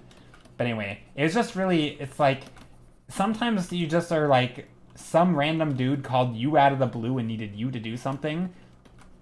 And you can't confirm who they are or why they would need you. Like, no, they could call up the store manager if it's that important. You could just also refuse to do it. And what would they do? Like, do it tomorrow? Do it, somebody else would have to deal with it. Like, if you're ever in a position where you can just say, no, I'm not going to do it, and then they, for some reason, insist that you're the only person in the world who can do it, it's probably a scam. But anyway, that wasn't even the exciting one. The exciting one was, it wasn't happen at my store, so I don't even know how accurate this info is, but apparently, while working at a grocery store, somebody gets a call from supposedly, like, the district manager or something, and they needed them, there was going to be a courier arriving and they had to pay the courier some money that they were late on something or some bunch of money. So they need a bunch of money and they needed to so they needed to get into the safe. They're like, okay, well, go get into the safe. And when they're like, oh, I don't have access to that. They're like, oh, well, I just talked to the store guy and he said that basically they gave them permission to break into the safe. So the instructions for the person at the store were to grab like an axe and start trying to break into the safe. This is ridiculous, obviously. Every step of the way, this thing was just made no sense. There was no reason behind it. Literally, a text could have solved this. Like, did you really tell me to break into the safe with an axe? Question mark. Right? Text the store manager. But no, this was some person saying, hey, I got orders from this other guy to tell you to do this. And the guy was trying to break into the safe, like, legitimately, like, with an axe. Like, this is the most idiotic thing I've ever heard. How would you not know it's a scam? And then I forgot what they were trying to, and then there was something about, like, taking money, once they got the money, and maybe it wasn't the courier, maybe they had to, like, I don't know, turn it into, like, there was a crypto exchange, and they tried to, the second crypto came into it, I'm like, okay, this is even worse. Like, not only did I already have Spidey sense going up, now you're trying to turn this money into crypto? Like, bro, you're getting scammed. But apparently, they actually did it. They went through with the whole thing. I don't know. And there were other there were other people in the grocery store when this was happening. Not one of them questioned it. Because they were told that they had it. I don't know. Oh yeah, I'm talking to the boss. This is what they said, or something. I don't know. Like really, really stupid stuff. And like anyone listening to this, I mean, I probably didn't tell the story very well, but anyone listening to this would be like, that person's an idiot who would go through with that, right? Like, how would you possibly fall for this? But they do. People fall for this because they, well, yeah, I don't know why, and it's just all sorts of reasons. But it's crazy how, I mean, I remember, so every time we talk about scams, I always bring up Kitboga, but I remember, whether it was a story or maybe it was just him pretending, but the person was trying to get him to like tape money to the inside of a book and then mail the book to somewhere. And this was supposed to be like how they were paying back their Microsoft refund that they overpaid on. Like, who thinks this is a valid form of payment, right? But apparently, when you're caught up in the moment, some people would do this because they think that they owe a lot of money and they're going to go to jail if they don't, or they're going to get fired if they don't, or like it was their fault. They need to do whatever it takes. And it's not about like, it's not like, oh, you're stupid. It's more of an emotional thing, right? Like you get caught up in the moment with misinformation because you're not paying attention, and then all of a sudden you think, oh, I'm gonna get my $10 refund or whatever, $100, and pretty soon you think, oh my god, I owe $4,000 and the IRS is after me. Oh my god, I'm gonna do whatever it takes not to be in that position. And it's like a spiraling out of control, and it's really sad, but I also find those things really fascinating and how they happen, and I don't know, it's sad, but yeah. And they're always just taking advantage of people who don't know any better. But anyway, this is a weird conversation. But yeah, I don't know. Maybe I don't have a good spidey sense for this, but I feel like I do. Um, Also because I'm also really frugal with, and I have no problem telling people no when it comes to doing things for them. I maybe it's because I'm lazy. So when somebody's like, "Hey, would you like to do this thing?" It's like, yeah, find somebody else. If unless it sounds, yeah, I don't know. I think for me, like something that not only so like something that sounds too good to be true isn't for me an opportunity to jump at it. It's an opportunity to back the hell off, right? So, and I think for some people, like especially if you're like a business minded person, like, oh, I'm in the hustle, right? I've got to work, find opportunities to make money, right? If you're constantly thinking about that, I think for some people when they think they see an opportunity, they're already primed to jump at it. I'm kind of the opposite, right? I'm sort of like, if someone comes to me with an opportunity that's too good to be true, I typically am just like, I don't. It's almost like a why, like what's the catch? That's always the question. Like, what's going on here? Like, I'm already in question mode because I'm not already looking for those things. Like, I don't know. That's not the way my brain is wired, and I think a lot of people are, and so they do sort of fall for those things really easily, which is sad, but also kind of understandable. And I think just understanding like the methods that people use to scam other people, I think that's also a big thing of it, right? Oftentimes they all use like the same tactics.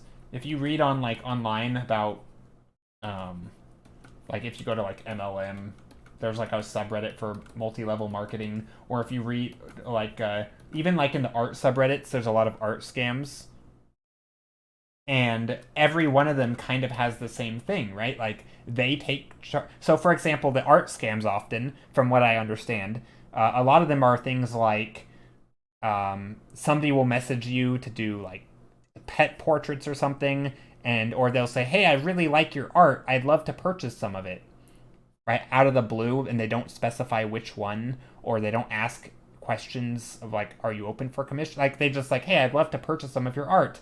And then sometimes they'll throw out the number, which is like not how art works typically. You don't just say, hey, I want to buy your thing for $5,000. Like that's red flag number 3 in one sentence, right? That's very, very rare, right? Especially when it's digital and you're just like, I don't even do traditional. Why are you just saying you don't want to buy my art? What does that even mean? Are you licensing it? Like what are you asking, right? Like sometimes people, their questions don't even make sense, and then they throw out some big number, and then they're like, I would love to buy it. And then when it goes to payment, instead of saying, sure, here's my PayPal, right? And it's what they end up doing is, oh, well, PayPal's not working. Can I send you a check? It's like, okay, first of all, when it comes to art, you're in charge, right? Like you get paid the way you want. If that's PayPal and they can't pay it, don't take any other way, right? You do a commission, send an invoice, right? Don't take other forms of payment. Don't jump through hoops. Like if you're jumping through hoops on someone else's behalf, that's red flags. Even if it's not a scam, they're probably incompetent and you don't need to work with them, right? Like there's all sorts of reasons. But anyway, so I think that's really common. They want to pay by check, and I assume that the check gets to you, they send off the artwork. It's either just a invalid check or something, or they just call up their bank and cancel. I don't know, probably one of the two. But either way, they end up getting something. Or I don't even know how that works, because why? It's not like the art is inherently valuable, so I'm not sure why that's even a thing. But anyway, I don't actually know what the entire end goal of that is. It could be like them writing you a check for too much money or something, and then you try to refund. It's probably some version of a refund scam, to be honest. Or also things like having you pay them to make sure that, like, cover shipping. That's another big one. Like, hey, I can't, can you send me the money first so that I can cover shipping? No, that's not okay either. Don't ever pay money so that you can make money. It's not, at least not in that way. So yeah, it's stuff like that always just, yeah, a little bit spidey sense. But anyway, I feel like they're really common, like all the methods. So I think it's good to be aware of those. Beer runner lurk renew. I suppose you can renew your lurk.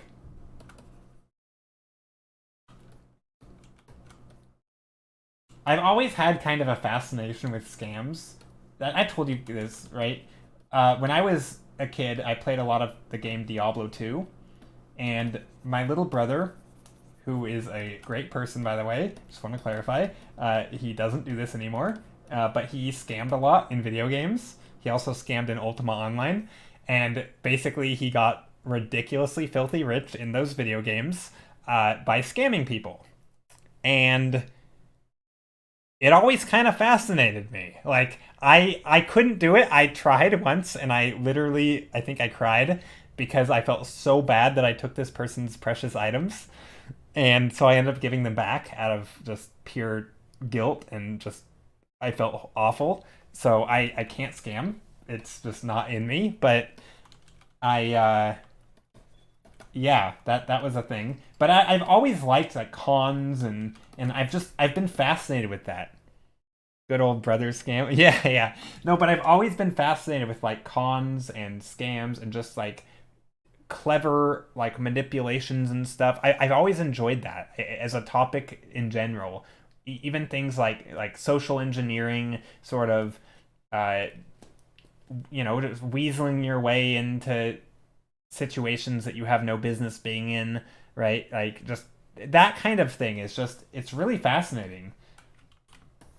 Never done any of it, but as a topic, it's super exciting. So I do like pay attention to things like that and read stuff about it. And anytime the topic comes up, I always want to know more.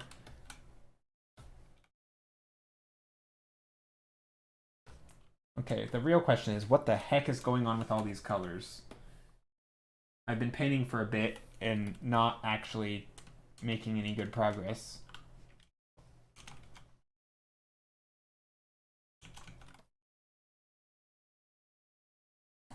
Alright, I'm gonna just add in some... I'm gonna make this more lifelike colors, I think. Maybe not. if I do an overlay? I'm gonna goof up the colors here.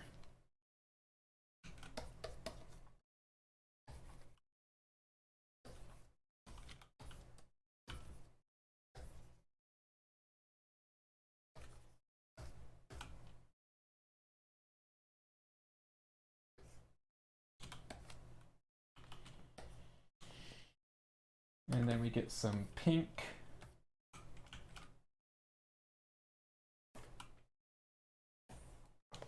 Maybe we can go like that. Oh, that's kind of cool. And then maybe I can bring up some of these shapes up here.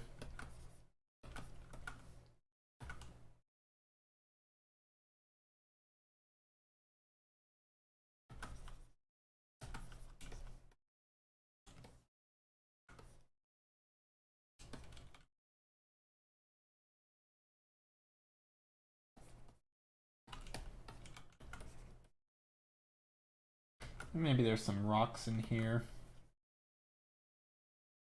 I'm thinking about making this just purely natural looking, but I kind of want to make it like a home.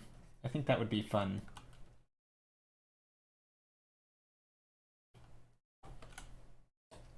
But I'm also not sure what I want to do with this pink sky, and it's so pink.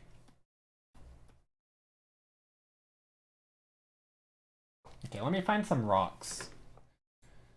Some rock structures. I mean, gosh, these are cool. I don't know what I want to do. This is a tough choice. I gotta make some decisions. I realize I haven't been chatting about art much, so if anybody has any questions, feel free to ask. Joe is like, here are 10 legit opportunities in your face, and he'd be dodging them. No, I don't think so. Not with that stuff. Going on the opportunities thing, when something seems too good to be true, it probably is. I'm more talking like, you know, here's this thing unrelated to what you actually do that we think you're the only person in the entire world who can do it. And it's like, hold up. You mean this unqualified person is the only one qualified to do this thing? It's like red flags everywhere. It doesn't work that way. I'm not even talking about art stuff. Good night, or good luck, Ellie friend. You're having another exam tomorrow? Dang. I'm gonna head out and pull an extra focused last study session. Yeah, that's probably smart. Good luck.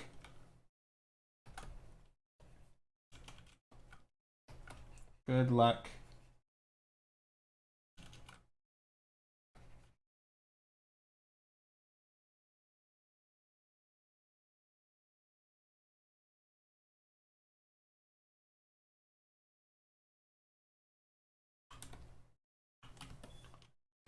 Ooh, okay, I have an idea.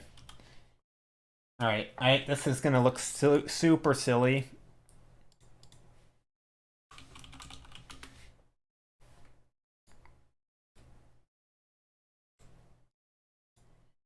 And I'm apologizing to. We were just talking about rock formations that look fake. Oh, I'm not gonna lie. This is gonna look extremely fake. What I'm about to do, but that's okay. Maybe there's a way in real life that it could happen. But I'm first trying to find some references. Kinda. Okay, so I'm going to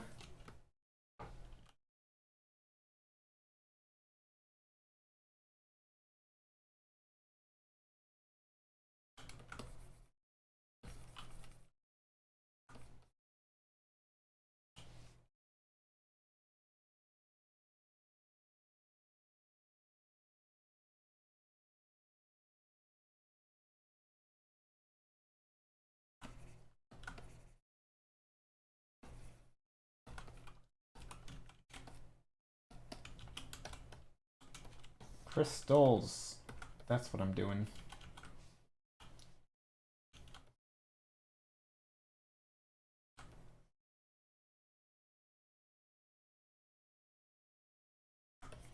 Again, don't know if this is a stupid idea or not, but it is an idea.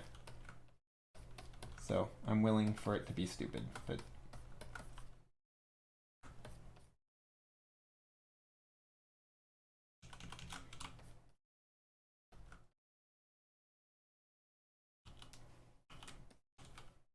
I mean, these don't look like crystals yet, but that's okay. They will. Trying to make these look big, medium, small. I want rocky outer surfaces.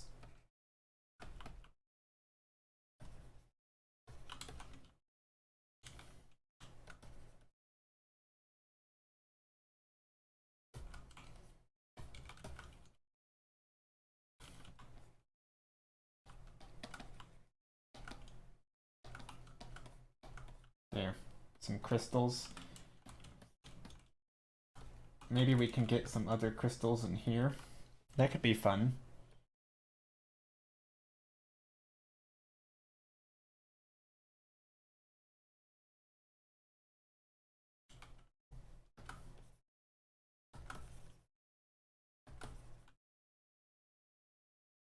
Maybe they look a little bit less like crystals.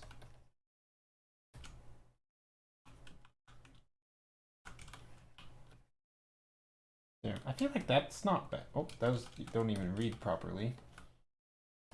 What if I just made them dark? Like that actually isn't bad.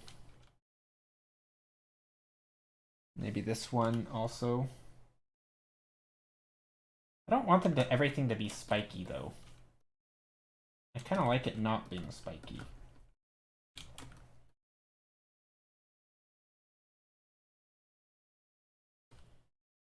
Okay.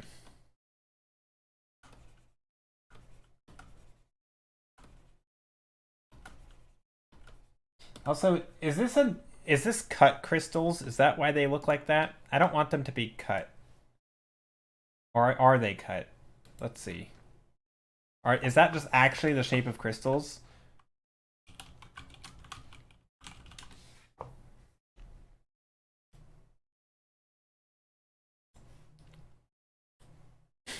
This shows you how little I know about this stuff.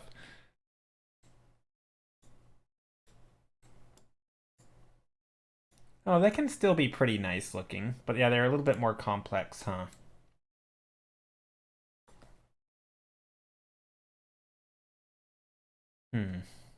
Well, I think some of these are pretty good examples. But yeah, I think they're a little bit more interesting shapes than this. No, I know. I just mean like when I look at images, some are shaped like that. Okay. I was kind of Spidey sense was going off, thinking that these probably were cut, right? Like, is this right? But let's make the shapes a little more interesting.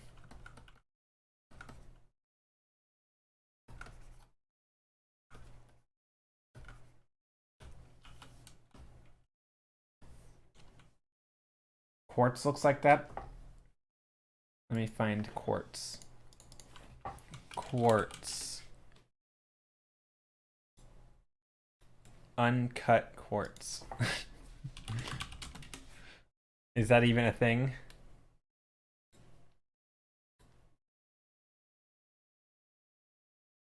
Let's see, quartz. I'm just gonna type quartz in nature. Nope, don't show me pictures of people holding hands or holding the thing in their hands. I want to see it outdoors. If you were to stumble across it.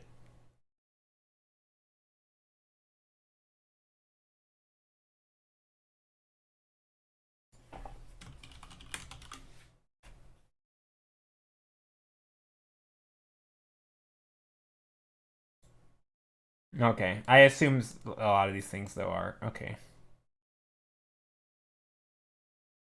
Well, I could make them quartz. Are there different colors of quartz? Oh wow, that's cool. That is massive. Dang, that's insane. Are there different colored quartz? Like, I imagine there's some discoloration that could happen depending on how it forms.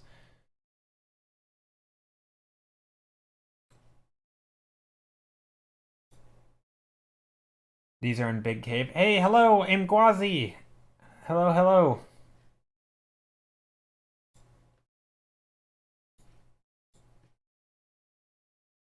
Dang, those are insane. Okay, that last photo almost doesn't even look real. That's insane. Okay. That is absolutely massive. You dig it out. I know, but they're like, it's like if you look for pictures of like, archaeological sites, right? It's not just people holding bones in their hands, right? Like sometimes you see them like halfway unburied. Like all I was finding was just pictures of people holding these smaller quartz in their hands. I'm like, I want to see what they look like. Ooh, this is an amazing. Oh my god, this reference. Look at this reference. This is perfect. I couldn't have asked for a better reference. That's literally what I'm painting right there. Up against the sun or the sky. Except I'm painting on a larger scale. Also, what the heck is happening with their finger? Why is it so purple? Lady or man, you have got some issues with your finger. I mean, great reference, but you gotta see a doctor. No, I don't. Maybe it's very cold. I don't think that's healthy. Okay, anyway. But yeah, that's an amazing reference for what I'm painting. It basically is what I'm painting. Like even the color palette is right. They holding the crystals too hard.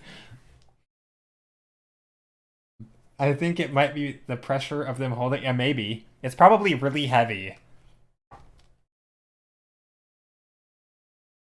I don't know. But anyway.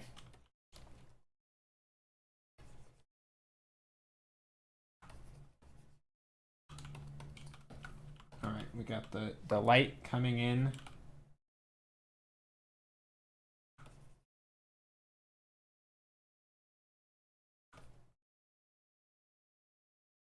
Get a little bit darker on the edges. And it's like, look at this crystal holding the crystal aggressively. Yeah, it is a little aggressive.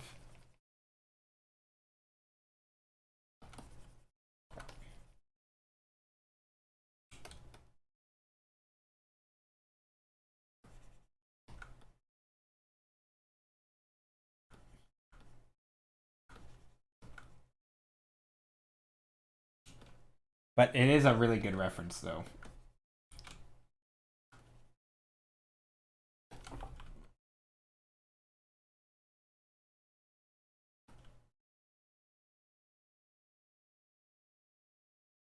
Now the question is, am I going to be able to not replicate it, but do it justice?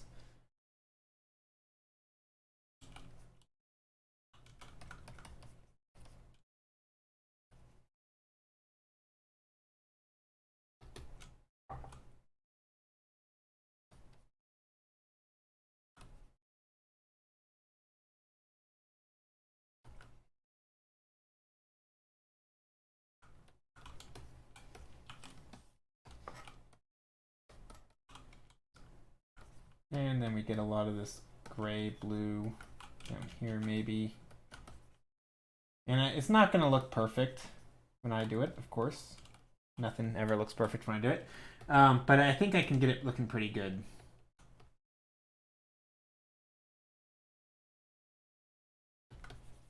I don't know about that shape, though.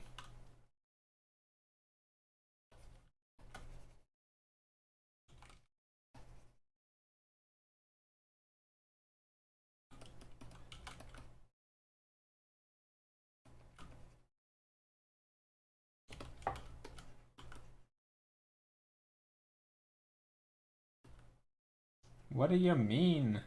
Well, I mean, it always looks perfect to me. I mean, nothing ever is perfect. You can always do better, but it's not a reason not to try.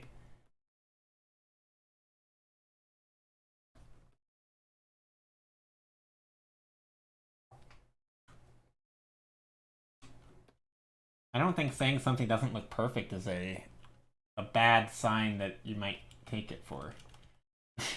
It's not me being negative.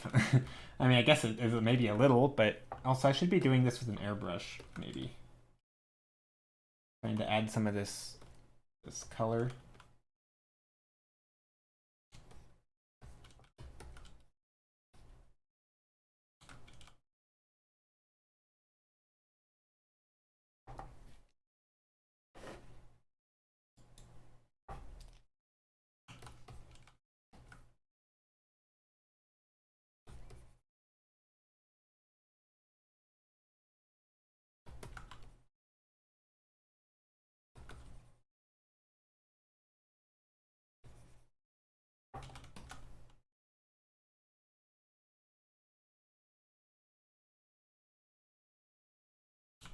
Okay, and then down here we get some of these more crystals.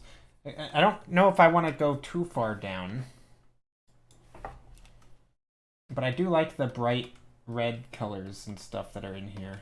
There's in the photo, there's a lot of these really interesting colors. I mean, I don't have to do red specifically. It's a point of view. For me, perfect in art is whenever it already achieved its purpose in the eye. So if I look for a cool looking thing, but it's unfinished, that can be already perfect. Well, yeah, that's true. I mean, I guess for me, there's always stuff you can additional layers, right? Like, I mean, I think, I guess like in storytelling, right? If I were to make a short story of like a guy doing something, I don't know, going to the grocery store and buying stuff and finding something, like, right? Like, there's always layers, right? Maybe it's the reason he goes to the store is changing, right? Or like you add a layer, like maybe at the start, maybe the first scene calls back to the last scene, right? The last scene calls back to the first scene, right? So it kind of comes full circle. Things like that, to me, they didn't have to be in it, but I think they can make it better. And it's so, yeah, it may have met your purpose, but oftentimes there's additional things you can do that sort of amp up an element that you just hadn't thought of. Maybe it's you can, make the characters designed better. Maybe the mood could be stronger. It's not to say that it didn't meet the purpose in some regard, but you could have had additional purposes, right? And at some point, sure, it's perfect, whatever, it's good enough. But I don't know. Perfect is a weird term for me for that. But I do get what you're saying.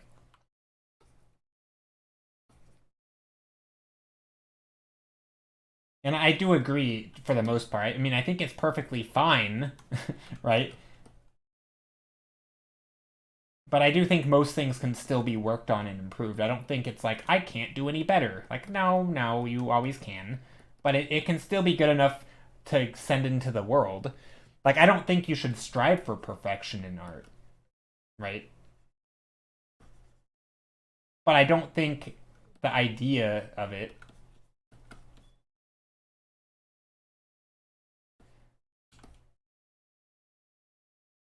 Yeah, but is there like a purpose on looking for perfect when it can never be achieved? No, but there's always a room for looking for improvement, I think. Because a lot of those things that make things better aren't just one-off things, right? It's not. I think a lot of so if painting for me was, you do your 80, that 80-20 rule, right? Where the 80% of the time comes at the end, right? As the last 20%. Or the first 20% does 80% of the output, right? So you spend 20% of the time, do 80% of the work. Right. That thing, right? Regardless of what the numbers are, right? But that general concept. That's Mike is Ski Pass. Thank you so much for the gift sub to Crunchy. Thank you very much. How are you, by the way? So there's the 80-20 rule, right? And of course it can be 90-10, whatever. It's the idea, right? Well, good night. Gotta work tomorrow. Oh, take care. See ya. Have a nice day at work tomorrow. Okay, so you take that rule, and for me, if it was the case that, art's gonna always take, say, I don't know, 100 hours. Whoops, let me just draw some random, just hypothetically, right? This is probably a bad explanation, right? Imagine it's always going to take 100 hours, right? It would make no sense to always put in that last 80%, right? If you can do, this is the, right? If you can do 80% of the work in this amount of time, it would be worth it to always just do this, right? It would never be worth it to push. The problem is that from one painting to the next, you can improve, right? So by putting in that time, you're actually making subsequent paintings better, right? So it's not so much that, you never want to strive for perfection, but just the fact that you're striving to make something better and better means that you're kind of learning those things and how to add them to future paintings as well. So now your 20% in a future painting is better than someone's, they're better than their 100%. Right? I mean, I think everyone's heard someone say that is, wow, your quick sketch is better than my finished. Well, yeah, that doesn't happen overnight, right? It happens by putting in the time and the work and, right? Yeah, it's hard. So I think striving for perfection in one painting is never worth it, but it can be if you're trying to get something out of it, right? Just if it's just a matter of putting in the time, it's not worth it for that painting, in my opinion, right? There's no point in pushing yourself that hard for what? One stupid painting? Who cares? But I do think from a skill gathering standpoint, I think it matters. Hey Crunchy, hello. Yes, Make the Ski Pass just gave you a gift sub. Crunchy, I hope you're doing well. Not to pull you out of lurk with that gift sub or anything. Not that it was me who gave it to you, but yeah, hope you're doing well. So no, I mean I think there is a point in sort of striving for better and better. But I think if you're hurting yourself, don't do it, right? And if it's stressing you out, like I don't think the goal should be perfection, right? The goal should never be, but the goal should be, you can make the goal whatever you want, right? Maybe the goal is learning and getting better, right? Then I think it's good to occasionally, I mean, I've said this before, I want to just eventually just put in the time and over render a painting, even maybe to the point that I ruin it. It's not because I am a masochist and I want to ruin my paintings. It's because I think pushing yourself to an extreme and then dialing it back is a good way to advance yourself, right? It's this, I've done this in video games a lot too. League of Legends is a good example. I've used this example before, but if you want to, I don't know if any of you play League of Legends, but if you want to figure out how aggressive you can be in, say, the early game, sometimes it's just good to go all in, right? Minus not playing it well, but like if you play it well and you go all in, sometimes you can learn, right? You can learn, can I take this person in a one-on-one matchup at level 1, right? Knowing that can be huge, right? But if you never try it, you may never know, and you may always just shy away. You might stop before you ever commit. So I think it's good to push yourself and to strive for that, like the extremes, but in moderation.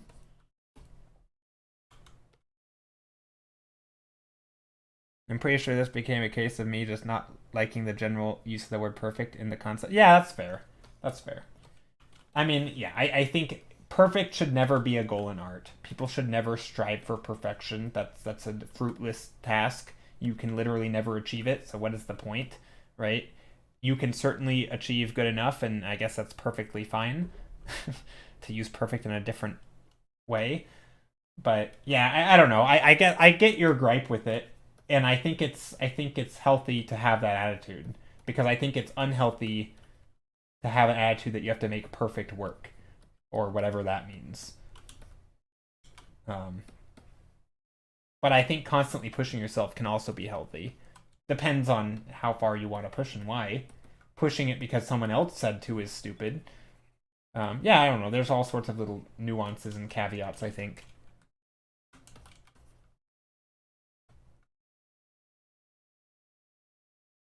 I don't know. I think it's it's one of those things where it really depends on the person using the word. Like, I couldn't tell you that, that's unhealthy to use that word, right? And I don't think you could tell me that, but I do think some people use it in an incredibly unhealthy way, right? I think sometimes it's obvious when you see it. You're like, wow, that person is super upset with their work and they're beating themselves up over nothing. And you can tell that they're like, going into a spiral or something. It's spiraling out of control mentally. That's not good, right? I think if you're at that point, yeah, you've got to just ease up a bit. I don't know. I know you don't get there because you want to, though.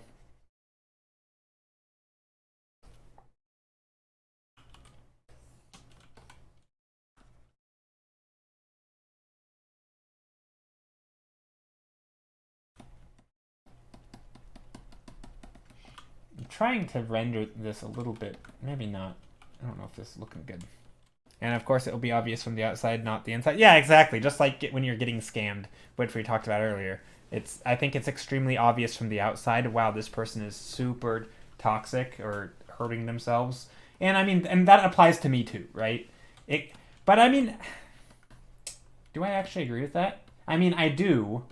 I think sometimes it's super obvious from the outside, but I also think sometimes the outside cannot know, right? I mean, not necessarily in this exact example because I don't have a good counterexample for it. When I think someone is, in a really negative place and they're not, they're beating themselves up or being too hard on themselves. To me, it seems obvious, but it could be the case. Am I toxic? I don't think so. I think I'm in a pretty good spot mentally when it comes to my art. I enjoy it. I don't mind too much about the outcome. I obviously want it to be good, but I don't get upset or it doesn't. I don't lose sleep over anything. No. No, so I think judge it. So I think it's obvious when other people are, and I'm agreeing with you that I think it's easy to look at the outside and be like, oh yeah, that person is being too hard on themselves. But there are some cases, and so I had a coworker. It's not quite exactly the same exact situation because they weren't being hard on themselves, but they just had this mood to them that made them seem like they were always angry at everyone, but they weren't. I think they were just really bad at expressing themselves or something, or they always looked grumpy, but they were genuinely a nice and happy person. If you from the outside, they gave all the wrong signals, right? And I think sometimes that happens. And I don't know if that is exactly translates into, work ethic and being, trying to strive really hard. But I think sometimes people do have a tendency to judge people and be like, oh, well, everyone else can see you're unhappy. It's like, no, you don't actually always know. But I do think a good chunk of the time it's very obvious. So I think it really, I don't know, I think you have to be careful with saying, oh, it's obvious from the outside. But I also kind of agree because I tend to think, at least in art, I see it all the time, right? You always see people beating themselves up and stressing about things like social media. Like, hey, I like social media. I like to think about it, but I hope I don't come off sounding stressed about it. I don't care if a post gets a lot of upvotes or not, or gets a lot of likes or retweets. I might be perplexed of why one of my tweets blows up and the other doesn't, but I'm not losing sleep over it. I just find it fascinating. It's more of so I think there's a big difference of someone stressing out about something and feeling like, oh my gosh, I'm never going to succeed as an artist because my tweets aren't going viral. What? That to me seems super unhealthy. So yeah, that's what I was talking about, kind of.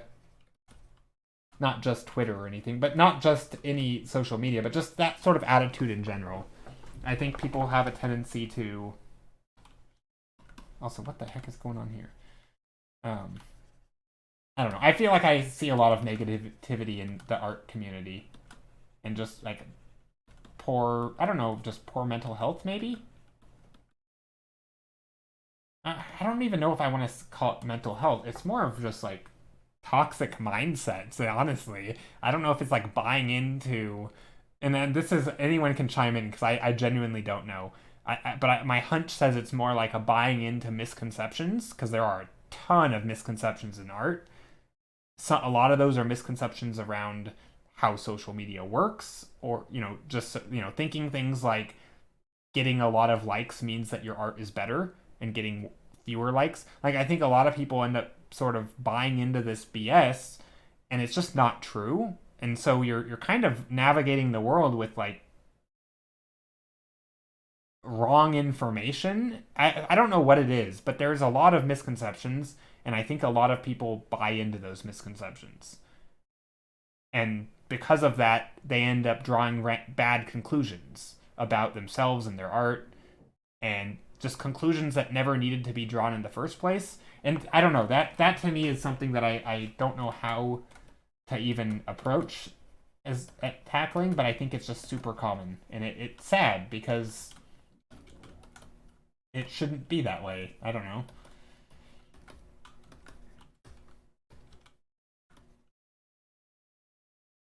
I guess on some topics like social media, that's where I always like to just point out the alternative cases. Right? I see this all the time on Reddit. People are like, they'll say things like, it upsets me that, you know, good artists sometimes don't have followings, and newer artists have huge followings. And then to me, my brain goes to, let me just remind you that a lot of non-artists have huge Twitter followings, right? The biggest Twitter accounts are not artists. You don't need to do art to have a good Twitter following, right? Art is not even part of the equation. Obviously, doing art and having a big following is going to get you a lot of views, right? Like it's the two aren't perfectly overlapped, right? Like it's not meant for art. And so those sorts of things, like thinking of the other examples, to me it can be really important. Because it kind of keeps you a little grounded. Like it reminds you that, if your assumption was that good art should do well and bad art should not do as well, what about people who don't post art? Should they by definition have no following? Like, again, we gotta stay focused on what certain social media platforms are actually about, and most of the time it's not art, right? So I think so many people get these views that I just don't think are helpful, because when you extrapolate to the extremes, they make literally no sense. And I think, I don't know, like shifting views is something that I enjoy doing. In my opinion, hot take, generally just on the field of art, people just compare it too much to other fields, and even the conception of those fields, even the conception of those fields, the concepts might be wrong, even if working in action. What about art sites, though?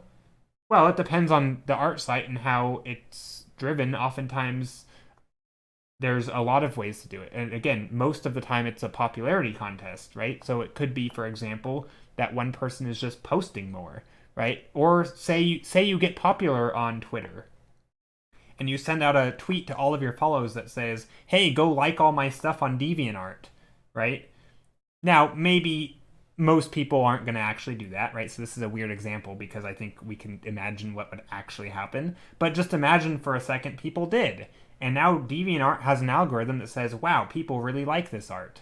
We're going to keep showing it. And now DeviantArt starts showing your art to people. Well, the fact that it's showing it to a lot of people means that you get a lot more likes, which is misleading because it had nothing to do with your art in the first place, right?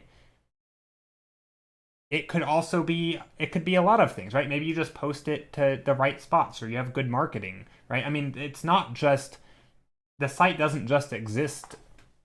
It's not a perfect system. I mean, they like to try and decide how to push content on you, right? Even the art sites made for artists still function based on what's popular, right? There's all the time where I will discover art on Reddit, I'll click it, and it will take me to ArtStation, right? And then the ArtStation thing just got another view. If someone didn't post that, I never would have clicked on it, right? And suddenly more people are clicking on it because it was posted multiple places. Again, it could have been by luck, right? It could have been someone reposting that art to Reddit, or it could have been the artist themselves knowing that if they post it to Reddit, it's more likely to get views on ArtStation, right? There's a lot of ways, and now ArtStation is promoting it because it thinks a lot of people like it. Because they do. But it's not that they didn't like the other work, right? It's just that more people saw the first one. And if more people see it, more people can click the like button, right? It's not about the quality of the art. It could also be in the context, right? Say you post a silly cowboy painting, right? Yeah, it's the right place at the right time. And it's not even just that. I mean, obviously, pre-existing audiences are huge, right? If let's say I was one of the biggest Twitter people, but all I did was post about politics, right? And today I decided, hey, I'm going to start doing art and start sharing my art, right? I already have a huge advantage. I have a following. Sure, they don't all like art, but that's still way more eyeballs than you could get anywhere else, right? Good luck getting that many eyeballs if you're the biggest site or something. So there is a lot of that stuff, and I think there's a lot of complexity, and obviously every social media is different. Also, Kowski, how are you?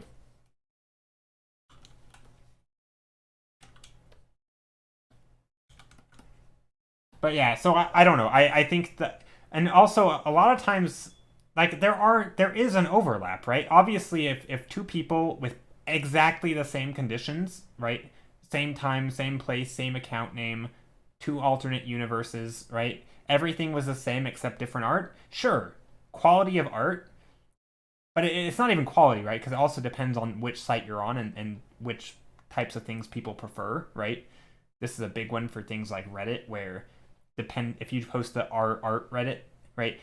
They like certain things and they don't like other things, and it just depends if you kind of mesh with the vibe. But even discounting that, right? Even if you somehow equalize that and did like the same type of concept or the same type of art, yeah, of course the quality of art might make a difference, right? People do like to follow art accounts that make nice art, but that's not the only factor, right? It might be like 10% of the pie, right? Yeah, you can increase that 10% and have it a little bit, you can do better in that area and it's going to make a difference, but it's not going to affect the whole thing, right? It's only going to increase it, give or take, like 10% or whatever random number I just made up, but it doesn't matter. The idea is it's not the whole pie, right? It's sort of, yeah, I don't know. I think it's a hard thing to think about though, because it's easy to feel like, oh, I'm doing everything right and it's still not working. Well, yeah, sometimes that's the case too, right? That's another factor.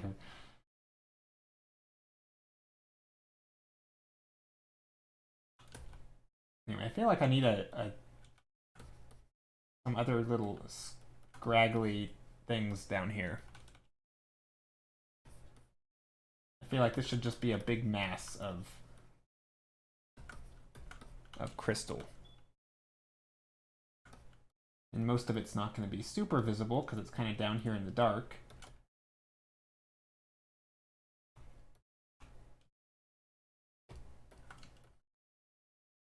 Art has a million different factors: mood, color, people, light, styles. Yeah, exactly.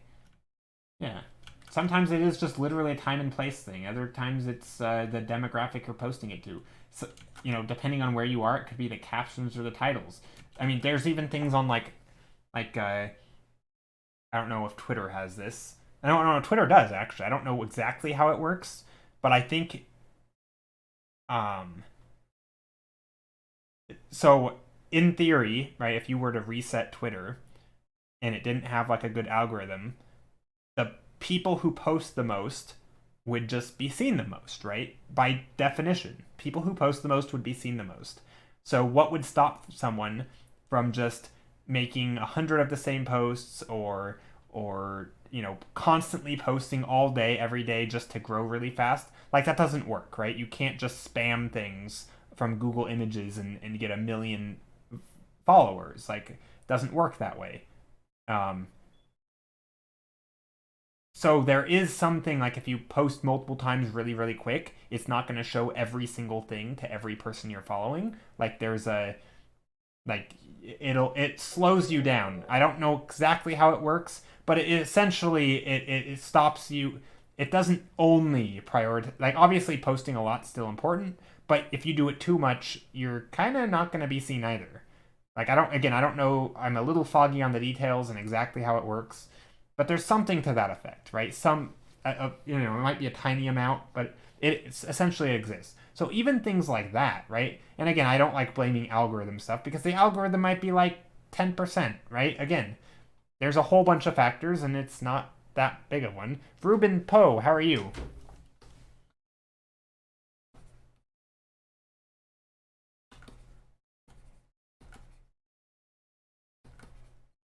And I mentioned this before, but I think it was Ludwig who made a video about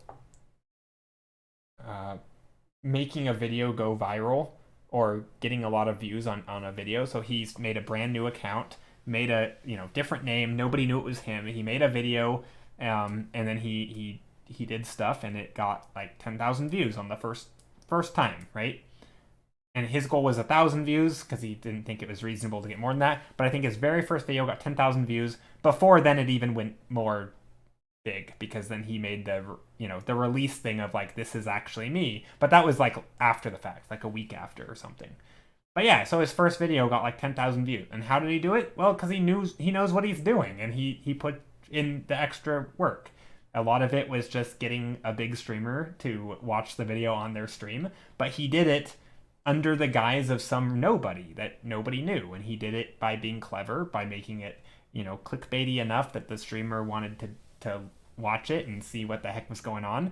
It was about the streamer that he was posting it to, and the point was that he could make a video get attention. And obviously, he has a lot of knowledge about that stuff and about that streamer that not everyone has, but that's kind of the point, is he knew the market he was in.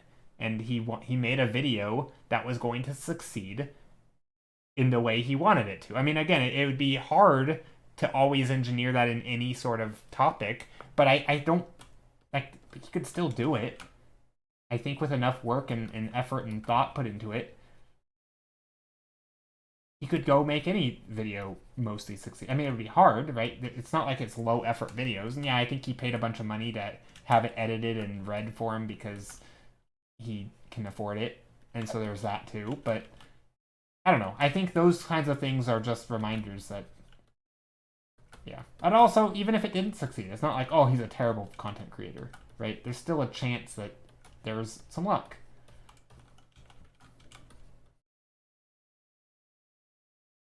Or should I say, there's luck if you don't do anything other than rely on factors out of your control, which is kind of the definition of luck. Anyway, yeah. What am I talking about? Hi, everybody. Ruben, I hope you're doing well. But yeah, there are a lot of factors about art. So yeah, I don't think it does any good to ever draw the conclusion that your art isn't good for any other reason than maybe, I don't know, like looking at your art and not liking where it's at, and then having another piece of art and being like, this is where I want to go. But even that's can be toxic. You shouldn't necessarily compare your art to others. I mean, I think it's okay if you're trying to do it for learning.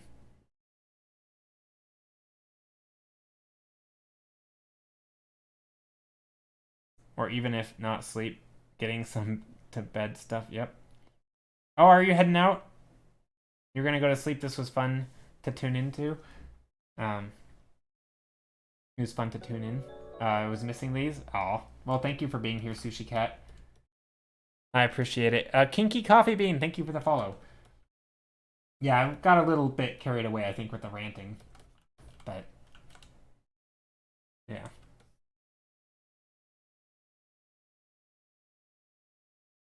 But yeah, I mean, this is why I'm such a big... I don't really like using the word fundamentals all the time, but I do think that is an important reason why they're important, is it gives you a grounds to actually judge your art on, right? It's not just saying... Like, when you then compare your art to somebody else's, you're not just saying, oh, I like theirs more. It's more of like, there's an element that you can pick out, say, my values or the clarity. How easy is this painting to read, right? You can pick out these certain topics, like, is my perspective consistent? And you can compare yours to other people's art, and you can go down every single little aspect of art, and you can be like, does mine work or does it not, right? Or is it clear or is it not? You could ask 1,000 people, right? And you could make a survey if you wanted, and you could get an answer where, do people know what you painted? Can they tell what it is? If not, maybe you back to the drawing board, right? So like, there are kind of these objective things, if you set the metrics right, that I feel like you don't get without sort of some aspect of fundamentals, right? And you can kind of make up your own in some ways, depending on what you're doing. But for the most part, I feel like they're pretty set. But I think that's like probably the biggest reason to sort of go into that world. It's not because you're trying to make your art like everyone else's. It's because you want to have some consistent metric to decide whether what you're doing is working or not. I think there was something on again on one of the Reddits along the lines of this, and it was, and I think I don't know for sure. I'm only speculating because I didn't do my research, but I think it was somebody upset with their art progress, and I think they were a fine artist and doing a lot of abstract paintings, and that to me was a really hard, case to even wrap my head around, right? It's like, oh, I'm not where I want to be. I've been painting for 10 years and haven't improved, and it's like, here's my art, and it's this abstract like paint splashing art, and I don't have anything against that. But I'm thinking to myself, how would I know what improvement looks like, right? Like what does that even mean? You obviously have to set metrics for yourself, right? Like you have, maybe it's getting into the science of what makes a painting, what makes colors resonate with people. And like, yeah, maybe you have to do your own experiments. I don't know, but there's like, there are elements that you have to get to the bottom of so that you can be like, does this painting succeed or not? And if so, what makes it succeed, so that you can learn from it, right? You have to be able to learn from your past mistakes. Otherwise, what the heck does it even mean to improve? And so for me, I guess maybe that's one of the reasons why I'm really drawn to representational art.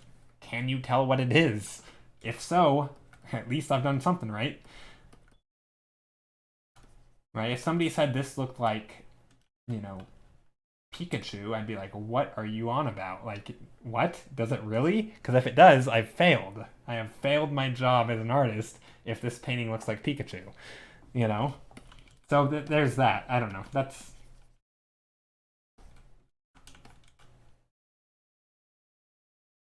I don't know if other people think like that. Thank you for the follow, Valmet-san. How are you?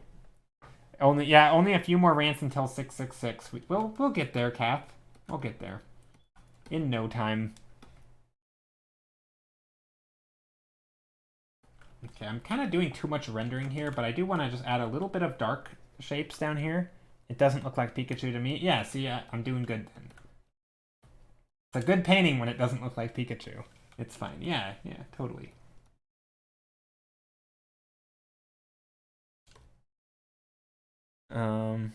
Yeah, I'm just trying to sketch in some dark shapes, dark patterns, just to add some bit of ground to it. It's still going to be blurry, and you're not going to be able to tell what it is.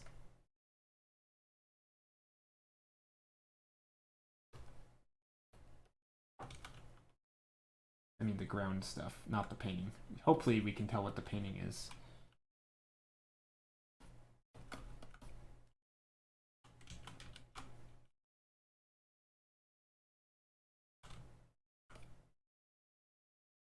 Okay, I don't know why. I think this goes in, or does it? No, I think it does actually.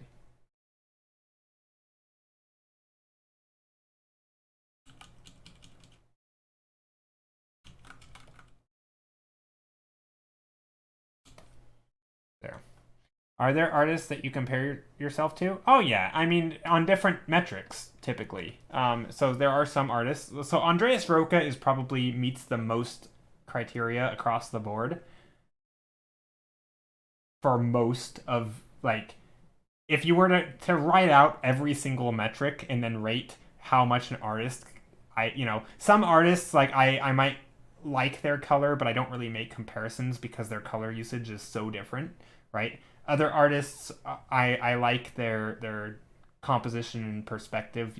Maybe they do these crazy wild perspectives, but I'm not going to compare myself to someone who's doing the most insane dynamic, angles, like someone looking off a building, like an action, a superhero, flying through the air in crazy.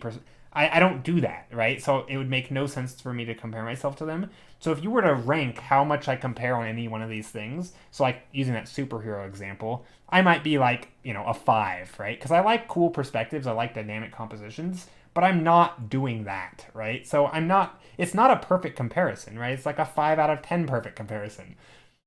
I'm not saying that I want to be like a 10, right? I don't want to be like a 10, but like it's not even a good match, right? What they haven't There's a word for this in science, right? There's a um crap, some value, meaning how closely things are related, and like, if it's like 100, if it's a 1, it's fully, 1-to-1 perfect correlation, and if it's like a 0.5, it's like kind of, it's a that's a pretty big number, right? If things are that correlated. um a lot of, I forgot what it is. Anyway, I don't quite know what I'm talking about. But anyway, so if you were to take all of these topics and give them a ranking, so like, composition, perspective, colors, values, maybe sense of depth, storytelling, right? Any of these things you'd possibly think of, I would say Andreas Roca would get the highest overall value. Like, a lot of the things that he does, I also like, and I like them in the same ways that he does them. But there are some artists, probably in every category, who's going to score higher than him, right? So there's some artists who, for color, I really, really like the way that they use color, even more than Andreas Roca, right? But maybe they do characters, right? Or maybe they do, these really flat graphical cartoons or something, right? Like, I don't know. The point is that they might fail on every other criteria of what I aspire to, but I think on his is probably the highest. So he'd have to get a mention. But yeah, there's definitely artists. I mean, for every single thing, there are artists that I could probably mention in some aspect.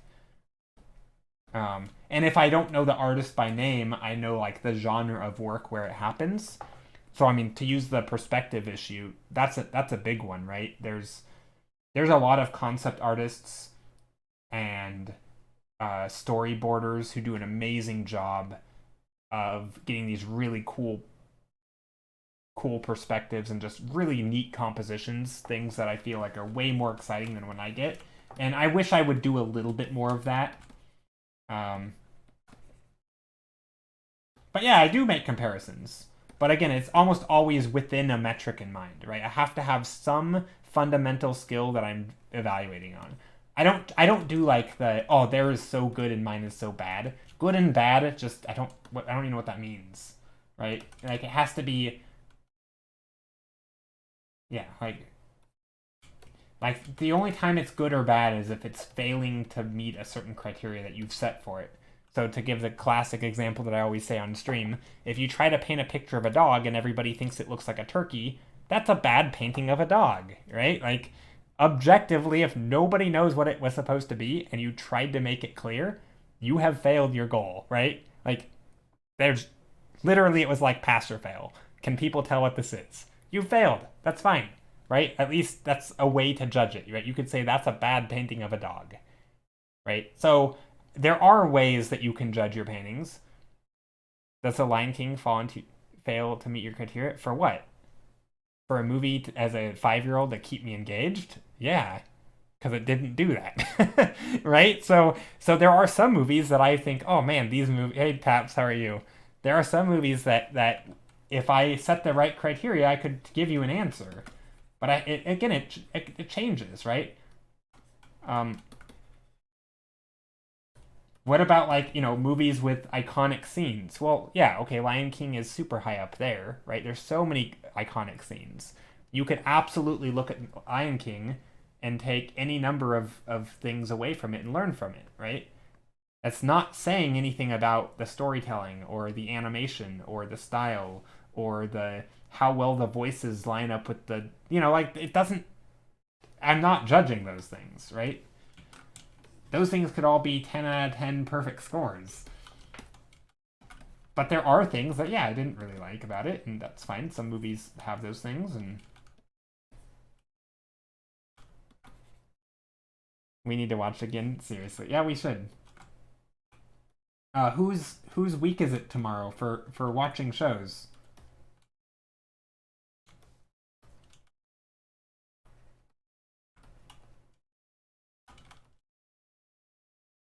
What things? Make a list of like fundamentals for movies. I mean, it could be anything. It could be the pacing. It could be the I don't know, the like having a variety of moods if that's something that you valued. I mean, I think one movie that only stays, happy the whole time is only sad the whole time. I like a variety, so I think it's good to mix it up. So yeah, you could do anything. You can literally make up criteria. That's the point. And any of these things could be things that you value. What don't you like? Oh, it was just the one thing that I didn't like was the I felt like it got the some of the more like I think I worded it better last stream, but some of the more like emotional parts, like the I guess Scar parts where he's trying to sort of air his dirty laundry in the form of either song or dialogue. Somehow they've kind of combined all the negative stuff and just made it kind of not pleasant and just not exciting. And I always lost interest in a lot of the Scar parts. Um, it felt like there was a few scenes or sections that were supposed to be like emotionally charged that just didn't do it for me as a kid. I just lost interest and got bored. And I don't know if that's because I was just a kid with no emotional understanding and maybe I was just really bad at emotions. I don't know. But I got bored in some parts of the movie. Like I remember I think I liked Lion King more than Beauty and the Beast. Am I gonna get canceled again? Beauty and the Beast was another one. For some reason, it made me fall asleep. Particularly when like like every scene with the Beast. I don't know. I think I was overly emotional as a kid. And any negative things was just like I just didn't know how to deal with it, and it made me feel bad.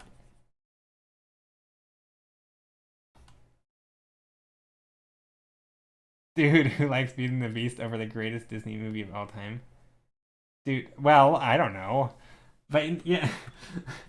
So, and I'm only thinking of movies that I watched as a kid, right? There were like Sword in the Stone was my favorite. That movie, I loved it from start to finish. I would watch it like every day. I loved it. That movie, I don't know what about it. I'd have to go back and rewatch it.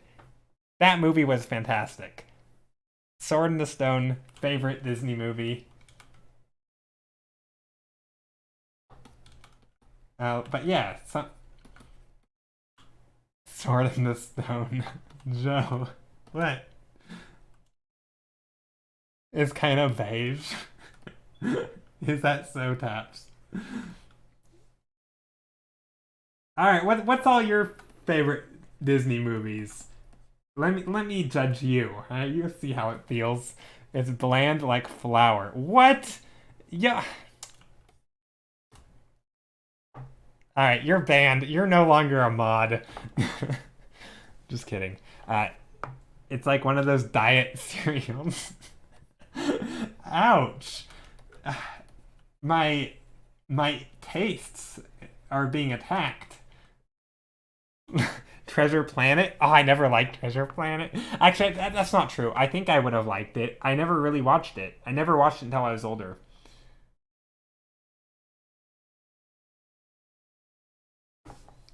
Lion King's your favorite. Okay. See, also, as a kid, maybe I didn't like Lion King because my dad liked Lion King. No, I don't think I would have disliked something just because he did. I don't know. I think I just didn't have the patience as a kid, and I didn't have the emotional regulation as I do now, and I can understand what I'm watching and why it's important.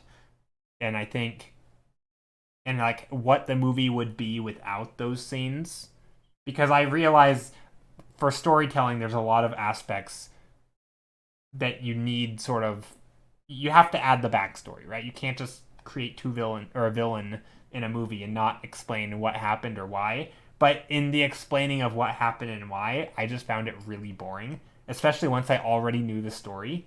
I think my dumb child brain couldn't wrap my head around this scene is important for the movie. I do need to watch it again.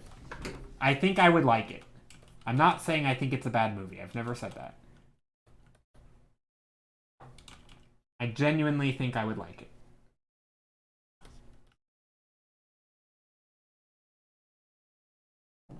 You had a small brain as a kid, and we forgive you. Yeah, I think that's what it was. I was just really stupid. I mean, I've told you guys some of the dumb stuff I did as a kid. I think. I don't even remember what it was, but I'm sure I've done dumb stuff as a kid.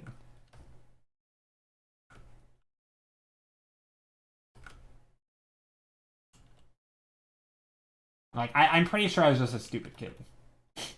There's no way to sugarcoat it. Oh yeah. In regards to art, right? I was dumb because I would actively learn things about art from textbooks, and yet I would never understood that I could learn art. Like, you have to be pretty stupid.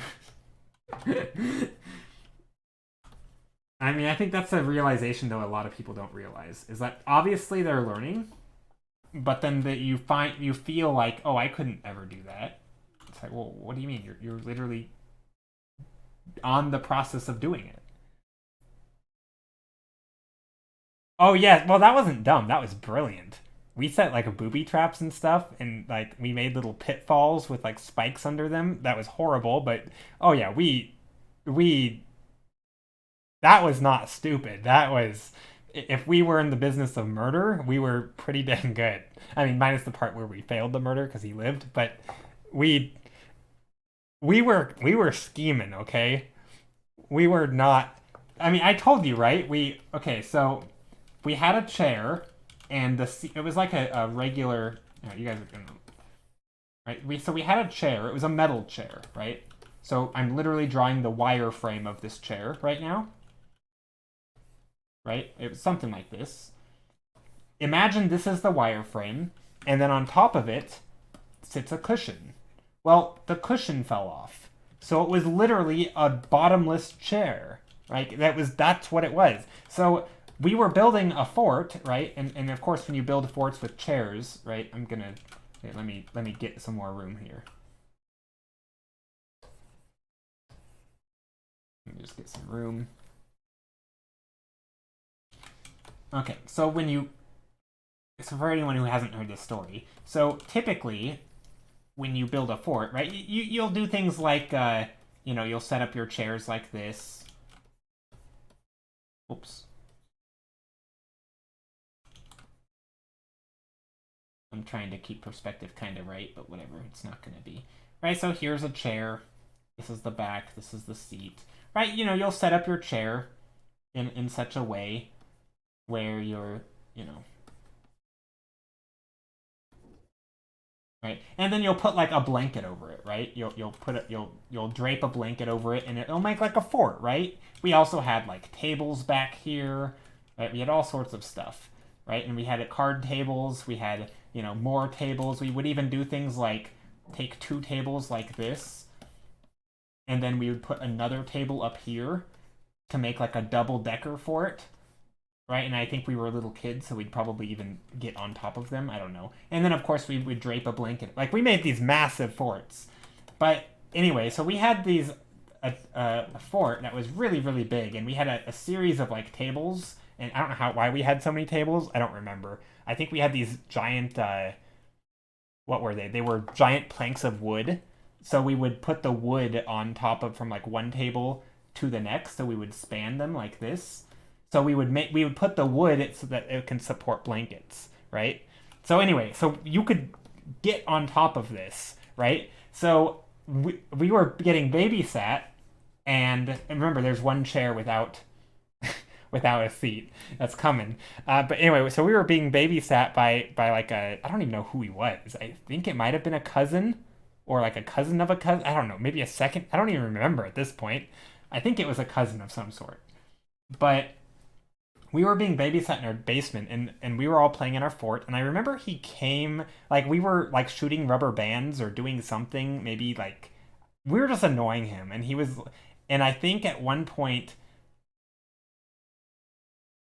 I don't even know anymore, I don't know how I told it last time, but maybe the story has changed since then, but basically, we either shot him with rubber bands or something, and he was, like, jokingly, like, I'm gonna get you kind of thing, like, I'm gonna, be the big monster and you're running and hiding from. So what we did, I don't know why we did this because we were awful little horrible people. We had a logging truck toy that has these little spikes that the wood goes in.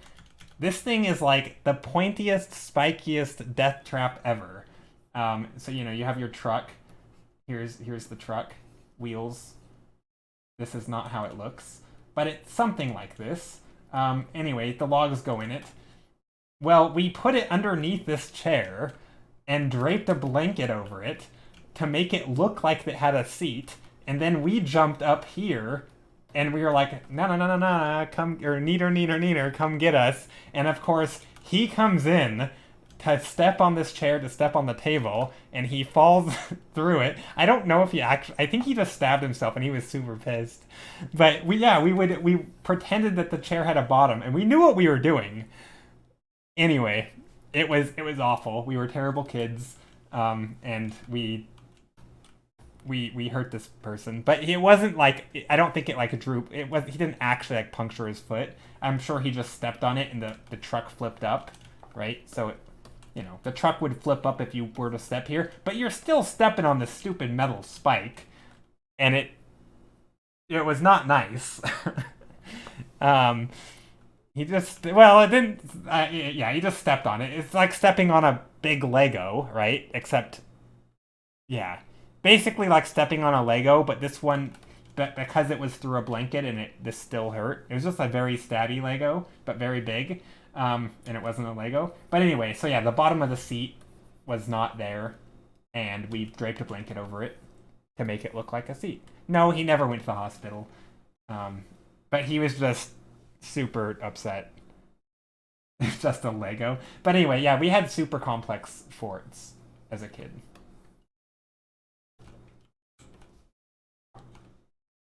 Anyway, I'm going to merge these, and we are about ready to end. There's about ready to be some music coming on. Our ending song. So thank you all for being here. I had fun. But before I go, I'm going to edit the colors here just a little bit. He did not send himself to the hospital. But we were another thing, we played a game called Getting Dad. I think I told this one. This one makes us seem less criminal.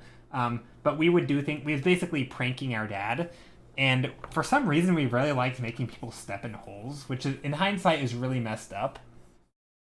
But we would like, we had a big garden, just huge garden, and we would dig holes. Actually, we had two places that we could dig in the yard. We had a really big yard. My parents were like, you'd think they were rich, but they weren't. But we did have a lot of property. And we also lived in like a nothing town, so maybe property was cheap. I don't know. Plus, like, working in the 70s or whatever earns parents a lot of money because, times are different. But anyway, so we would dig holes in our garden, right? Here's our garden. We have carrots, right? And there's a hole right here that we've just dug, right? Here's a shovel in the ground. Okay. Anyway, so we just dug a hole, and we would layer planks of like this. We had this wood that was extremely thin. I don't know where my dad got it, but it was extremely thin wood, and it would not hold up anything. So we would put these planks of wood across, cover it with some leaves, and then re-put the dirt back onto the hole, so you'd have like this layer of dirt. And we would like take a rake, and we would make it look all nice, and then we would try and get our dad to walk across it by luring it. I mean, it was all, I think we were really bad at it. Yeah, we'd set traps, and like, we didn't put stuff in it. So I think sometimes we put water in the hole, so it'd be like muddy. I don't think we ever put like snakes or anything. No nails. Like, we weren't malicious. It was just trying to get him to step in this hole and ruin his day, I guess. I don't know. Or probably twist his ankle. But anyway, so we made these little pitfalls. They were like a foot deep. Like, it still isn't safe, but, a good way to sprain your ankle. But anyway, we would try to get him. I don't know if he ever actually stepped in one. I think once he drove his lawnmower over one or something, but I don't think it actually affected it. But But yeah, so we would do that, and we would cover them up. We'd make little pitfalls. Yeah, we'd set traps. Yeah, we were a rowdy bunch.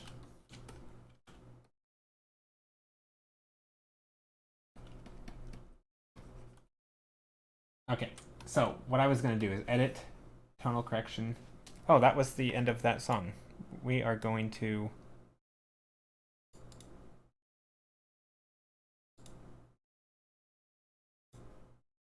There we go. We're just going to keep playing it until I actually end. So if I change up the hue... Ooh, that's ugly. I don't like the green there. That's... Oh, I'm changing the hue. Whoops. I did not... That was the wrong thing. Tonal correction, hue saturation. I've tried to change the saturation.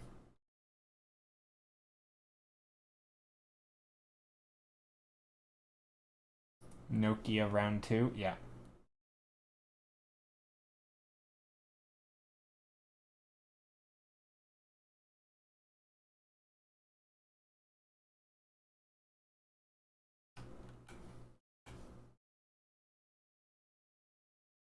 Okay, so I just made it a little more saturated, but there's a little bit of saturation mess going on here that I don't like. So I'm actually going to make the horizon less saturated.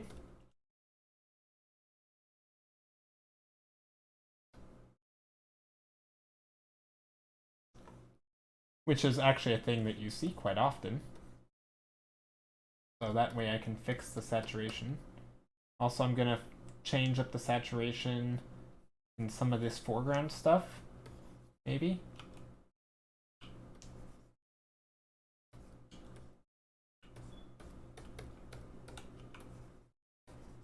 And down here, some of that blue can fade to there.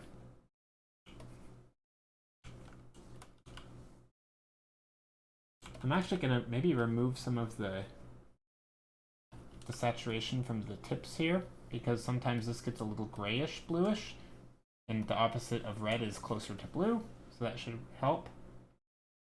So yeah, I think that's not a bad crystals on mountains. Again, I don't think it's funny after the discussion on Twitter about things that exist in environment art that shouldn't exist. I feel like I am stepping right. I'm falling for my own trap because I don't think this makes any sense. But anyway, here's a quick environment painting. Thank you all for being here. Hope you have a good rest of the day. I am gonna find somebody to raid. I don't know who yet. But yeah, thank you all for being here. I really appreciate it. Oh, we could raid Skittle. We've never been there before. Just kidding. We have. Let's go raid Skittle. I think I scared everybody away with my evil trap explanation of me booby trapping our babysitter.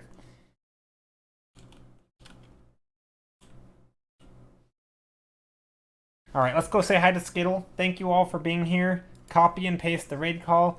Chev says I only made it here for the last minute, but hoping to get earlier tomorrow. I don't stream tomorrow, but I do stream on Saturday. I did hear about my antics. Yeah, we were up to no good as kids. I swear I don't do that anymore. I do not go and dig holes in public and trap people. That would be terrible and very criminal. But yeah, thank you all for being here. Have a good rest of your week, and yeah, take care of yourselves. All right, see ya. And oh wait, copy paste the raid call. Oh yes, we have a Discord if you'd like to join. We also, good night, friends. See ya, Taps. Have a good sleep. Have a good night. Yeah, I do have a Discord. I don't think I'll be doing anything in there tomorrow, but on Sunday we do watch some videos and we paint and hang out in Discord if you want to join. But yeah, take care, be well, say hi to Skittle, and have a good night. See ya.